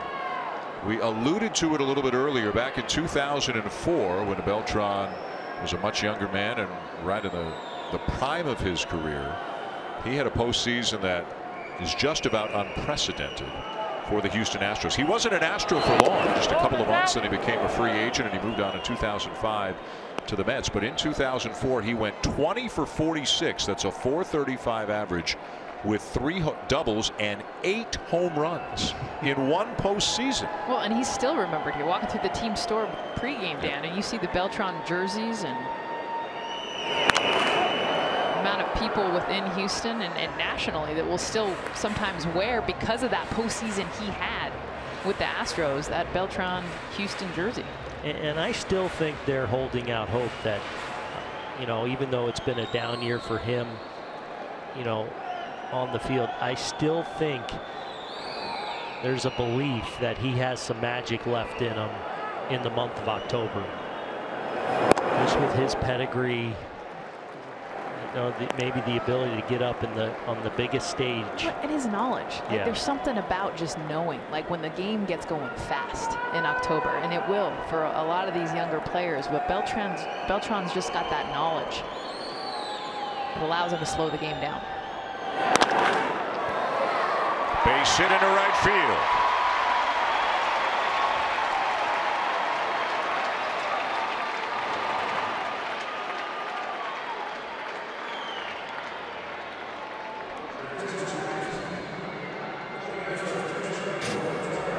Well, is able to cover that ball in the outer half and get enough top spin and enough of the barrel on it to hit it firmly enough to get it just out of a diving, lunging Brandon Phillips there to get a 2-out hit. And now we'll see a pinch runner for the Astros as they try and get back in it. Derek Fisher on to run. He would have come into the game to play in the outfield anyways, with Maben leaving for the pinch hitter Beltran. So Fisher has got a very good speed. Will run for Beltran.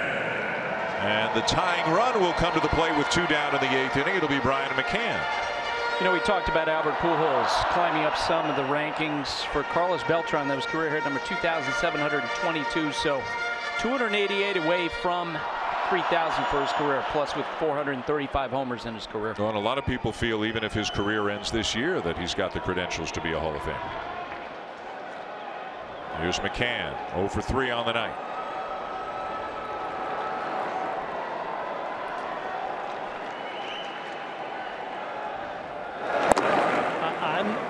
I think he's absolutely a Hall of Famer, and I don't think there's necessarily that automatic sentiment. But if you stack his career up against, some recent players, Andre Dawson, Tony Perez, he stacks up Jim Rice. He stacks up very favorable against players like that. And if you take him, I think one of the things you got to factor in as well, obviously the postseason pedigree and how well he's done.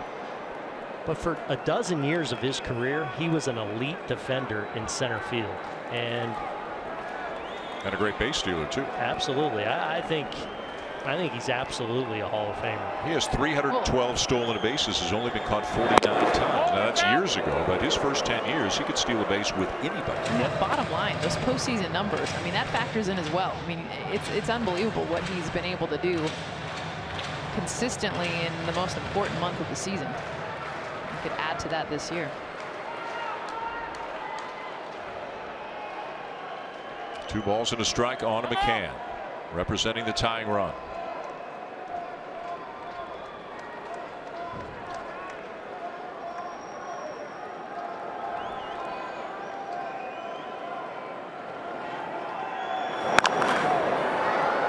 Popped up left side, and it'll get back into the seats.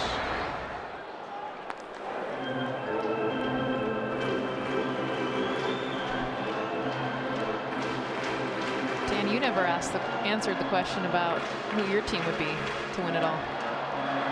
I think I'm supposed to ask you guys the question. We answered it. We just asked you. Yeah, so we're throwing that ain't in the script. Yeah.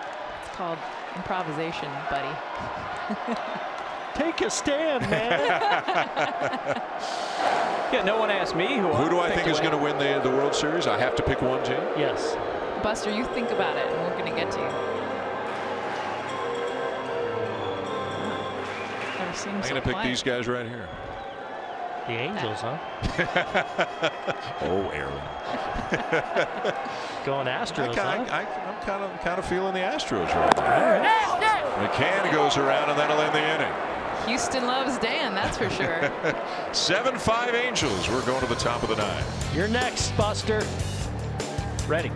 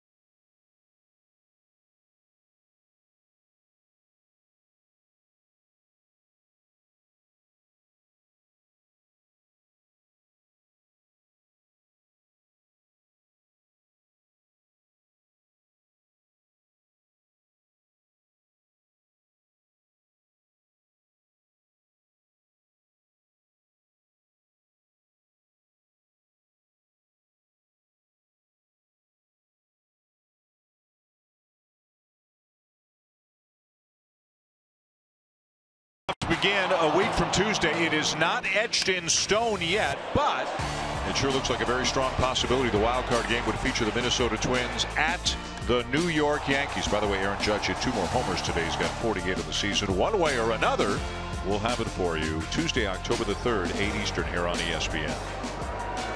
Of course, the Angels trying to say now, hey, wait a minute. Twins haven't clinched anything yet. Minnesota 5 games ahead of the Angels. Rangers and Royals 5.5 back with a week left to go in the season. The Angels were in much better shape a week ago. They have lost 6 in a row heading into this game tonight. Those 1-game wild cards, though, Dan, just so exciting. They are. We had the Astros 2 years ago in New York, in that atmosphere. Alice Keuchel getting the win in that game a couple of years ago. Got some changes now for the Astros. Derek Fisher stays in the game in left field. And the new pitcher for Houston is right-hander Tyler Clippard. Long-time outstanding reliever now with Houston, on for the 64th time between the Yankees, White Sox, and now Astros. A tough season for him.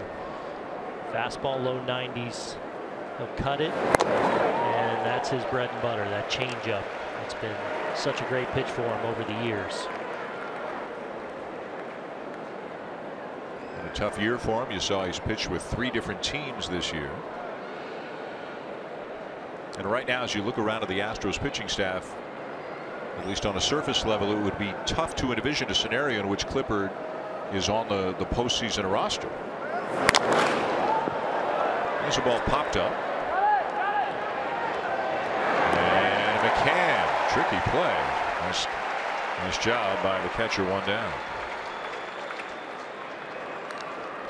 Major League Baseball wants to see your best plays from the backyard or the diamond. Show us what you've got on social with hashtag MLB The Play, and we'll feature the best the rest of the season. There's the best right there. But as great as he is, can this Angel team find a way into the postseason? The odds are against them right now after the losing streak of the last week. A win tonight, though, would be a first small step back in the right direction. Here's Coward. All right, Buster, they put me on the spot. They wouldn't let me wriggle off the hook. So what about you? Who's winning the World Series? Oh, I'm dying to say, because back in January I picked the Indians. You can look it up on Twitter. Who did you guys pick again?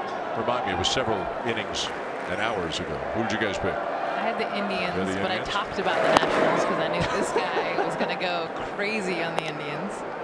Yeah, I just think the Indians are so great. Don't ask me about picking the Blue Jays in the American League East or the Mariners in the American League West, however. Oh, there we go. Here's the Buster we know. I think what's fun, though, is just you can make the case. And Booney, you brought up a great point with the Yankees. You can't count out the Dodgers. I know that they've scuffled big time this month, but the team is so good.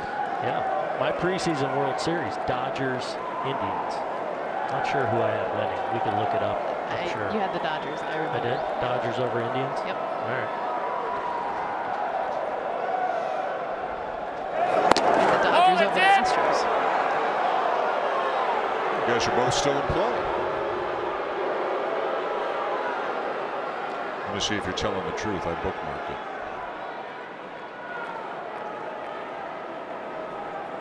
Well, Aaron had the Dodgers winning the World Series. Jess had the Red Sox winning the World Series. Wow. But you're still in play. 2-2.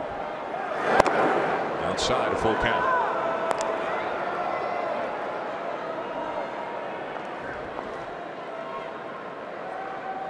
C.J. Cron on deck.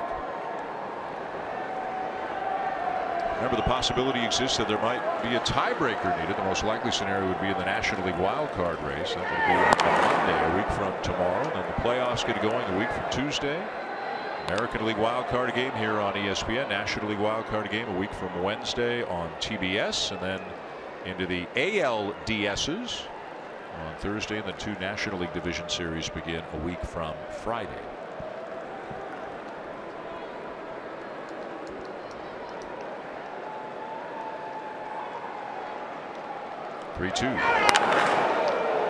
This ball hit hard to deep left center field, but back on the warning track to make the catch. Springer 2 down. Well, tonight is our last Sunday night telecast of the season, and this is a show, Sunday Night Baseball, that has been on the air continuously for 28 years, and there are but a handful of people who have been with the show for all 28 seasons. Think about that. And that guy in there, that's Mike Chason. He is one of the best guys you will meet. Smile and wave, Mike. We're not letting you off. There's the smile. Oh, give us a wave. There you go. He is one of the best guys you'll meet, and he is an original. 28 years as a camera operator here on Sunday Night Baseball, and he is walking off into the sunset after this season. He is retiring, and Mike, we've all loved getting to know you, having you as a great cameraman, but more than that, just getting to know you as a friend over the years, and we wish you the very best. Godspeed, Mike. This is Chason's camera. That's it? Camera right here. What do we call that? Tight center? Oh, blurry center. We're putting him on the spot now. Looks like we're getting Mike out of here just in the nick of time. Yeah, we know he did it on purpose. 1-1 the count on Crone. 7-5 Angels, top 9.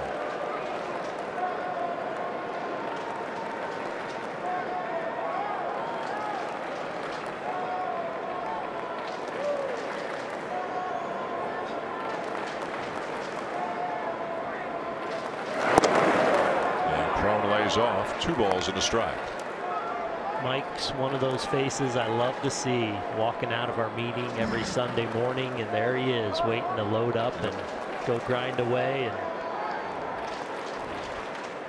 glad he gets to take it easy now. And enjoy the good life. How about the standing ovation he got pregame?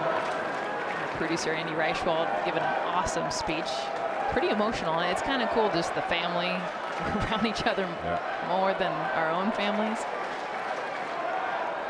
And they're great folks on this crew, and they work hard. They're here early in the morning and late into the night.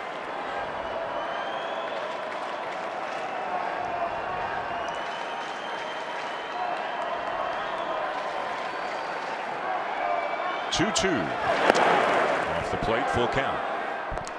Looking ahead to the bottom of the ninth, the Astros will bring up the top of the order. Springer, Bregman, Altuve, and if anybody reaches, Correa.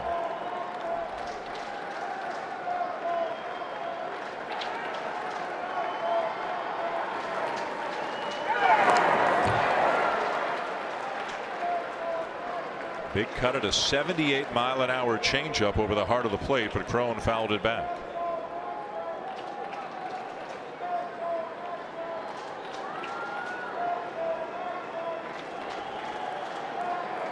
Kinds of action coming your way this week on ESPN. Cubs and Cardinals Tuesday night, then a triple header Wednesday. Finishing up with a late game, the Padres and the Dodgers. Got it. Good change up there, down and in to end the inning. We will go to the bottom of the ninth. Angels up 7-5. Top of the order, though, coming up for Houston.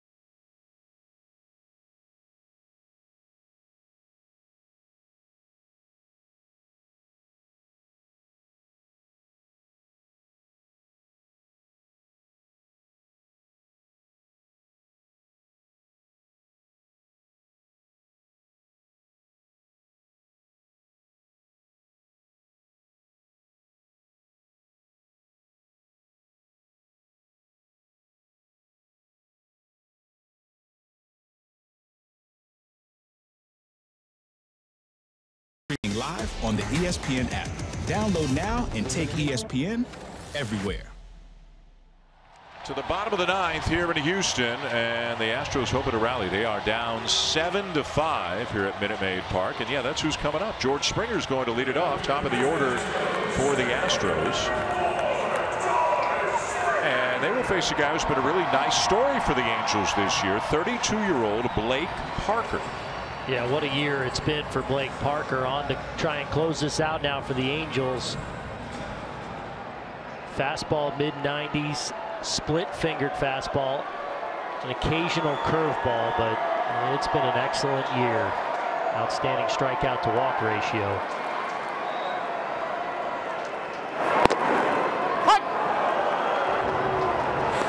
And with the Angels on life support here, they need all the wins they can muster.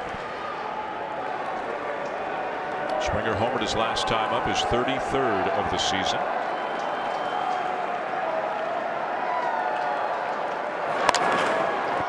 Ground ball to second. Phillips scoops it up.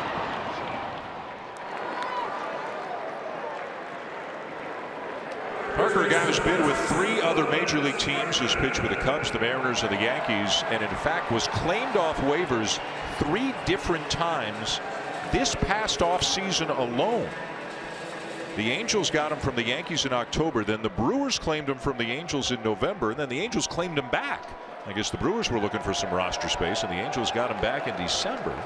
And he's got 83 strikeouts in 65 innings this year. At times it's been closer by committee for the Angels, all kinds of injuries. Bedrosian's done a little bit of it. Parker's done a little bit. Of course, way back when it should have been, could have been Houston Street, but he's had an injury-marred season. But Norris was the closer for a while, so Mike Scioscia has not had one steady guy that he's been able to count on. Who wants it? Coward, 2 down. Guys, if the Astros lose this game, they'll be 2 games behind the Indians in the loss column in the race for the best record in the American League. But really, it's for practical purposes, they would be 3 behind because Cleveland owns a tiebreaker against Houston. Right. And that would determine home field advantage throughout the American League playoffs. So bit by bit, things coming into focus, although the Astros not willing to give up the fight to try to get the best record, and they want to make sure that they don't slip a few games back and maybe are in jeopardy of falling behind Boston, because if the Astros finish second, they would play the Red Sox, and who finishes second, who finishes with the 3rd best record, that determines home field in that series. Pretty good MVP chant here for the fans who have stuck it out through this nearly 4-hour game. Remember, this is the final regular season home game.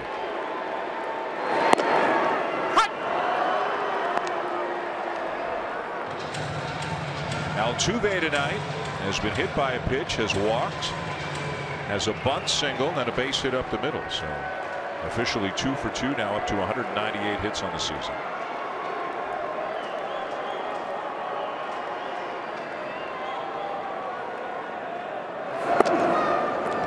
Another fastball, another strike.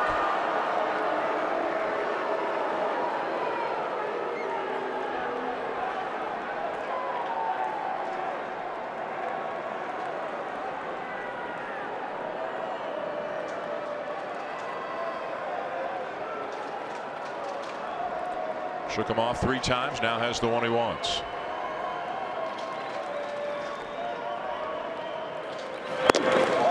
Just outside. Well, you see Parker has that excellent command with that fastball. And when you command the bottom of the zone as a split-fingered fastball pitcher, when you command the bottom of the zone with the fastball, that all of a sudden sets up the split now, because now you can come in, if you can throw it in that same lane, that becomes a pitch that the hitter's going to have to offer at, and if it has the right action on it, it ends up in the dirt. He's set it up now. We'll see if he goes to it.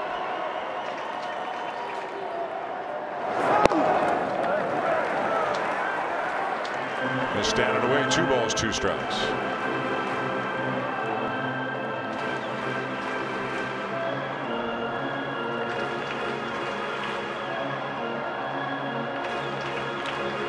Altuve trying to get on any way he can to get Correa to the plate as the potential tying run here in the bottom of the ninth.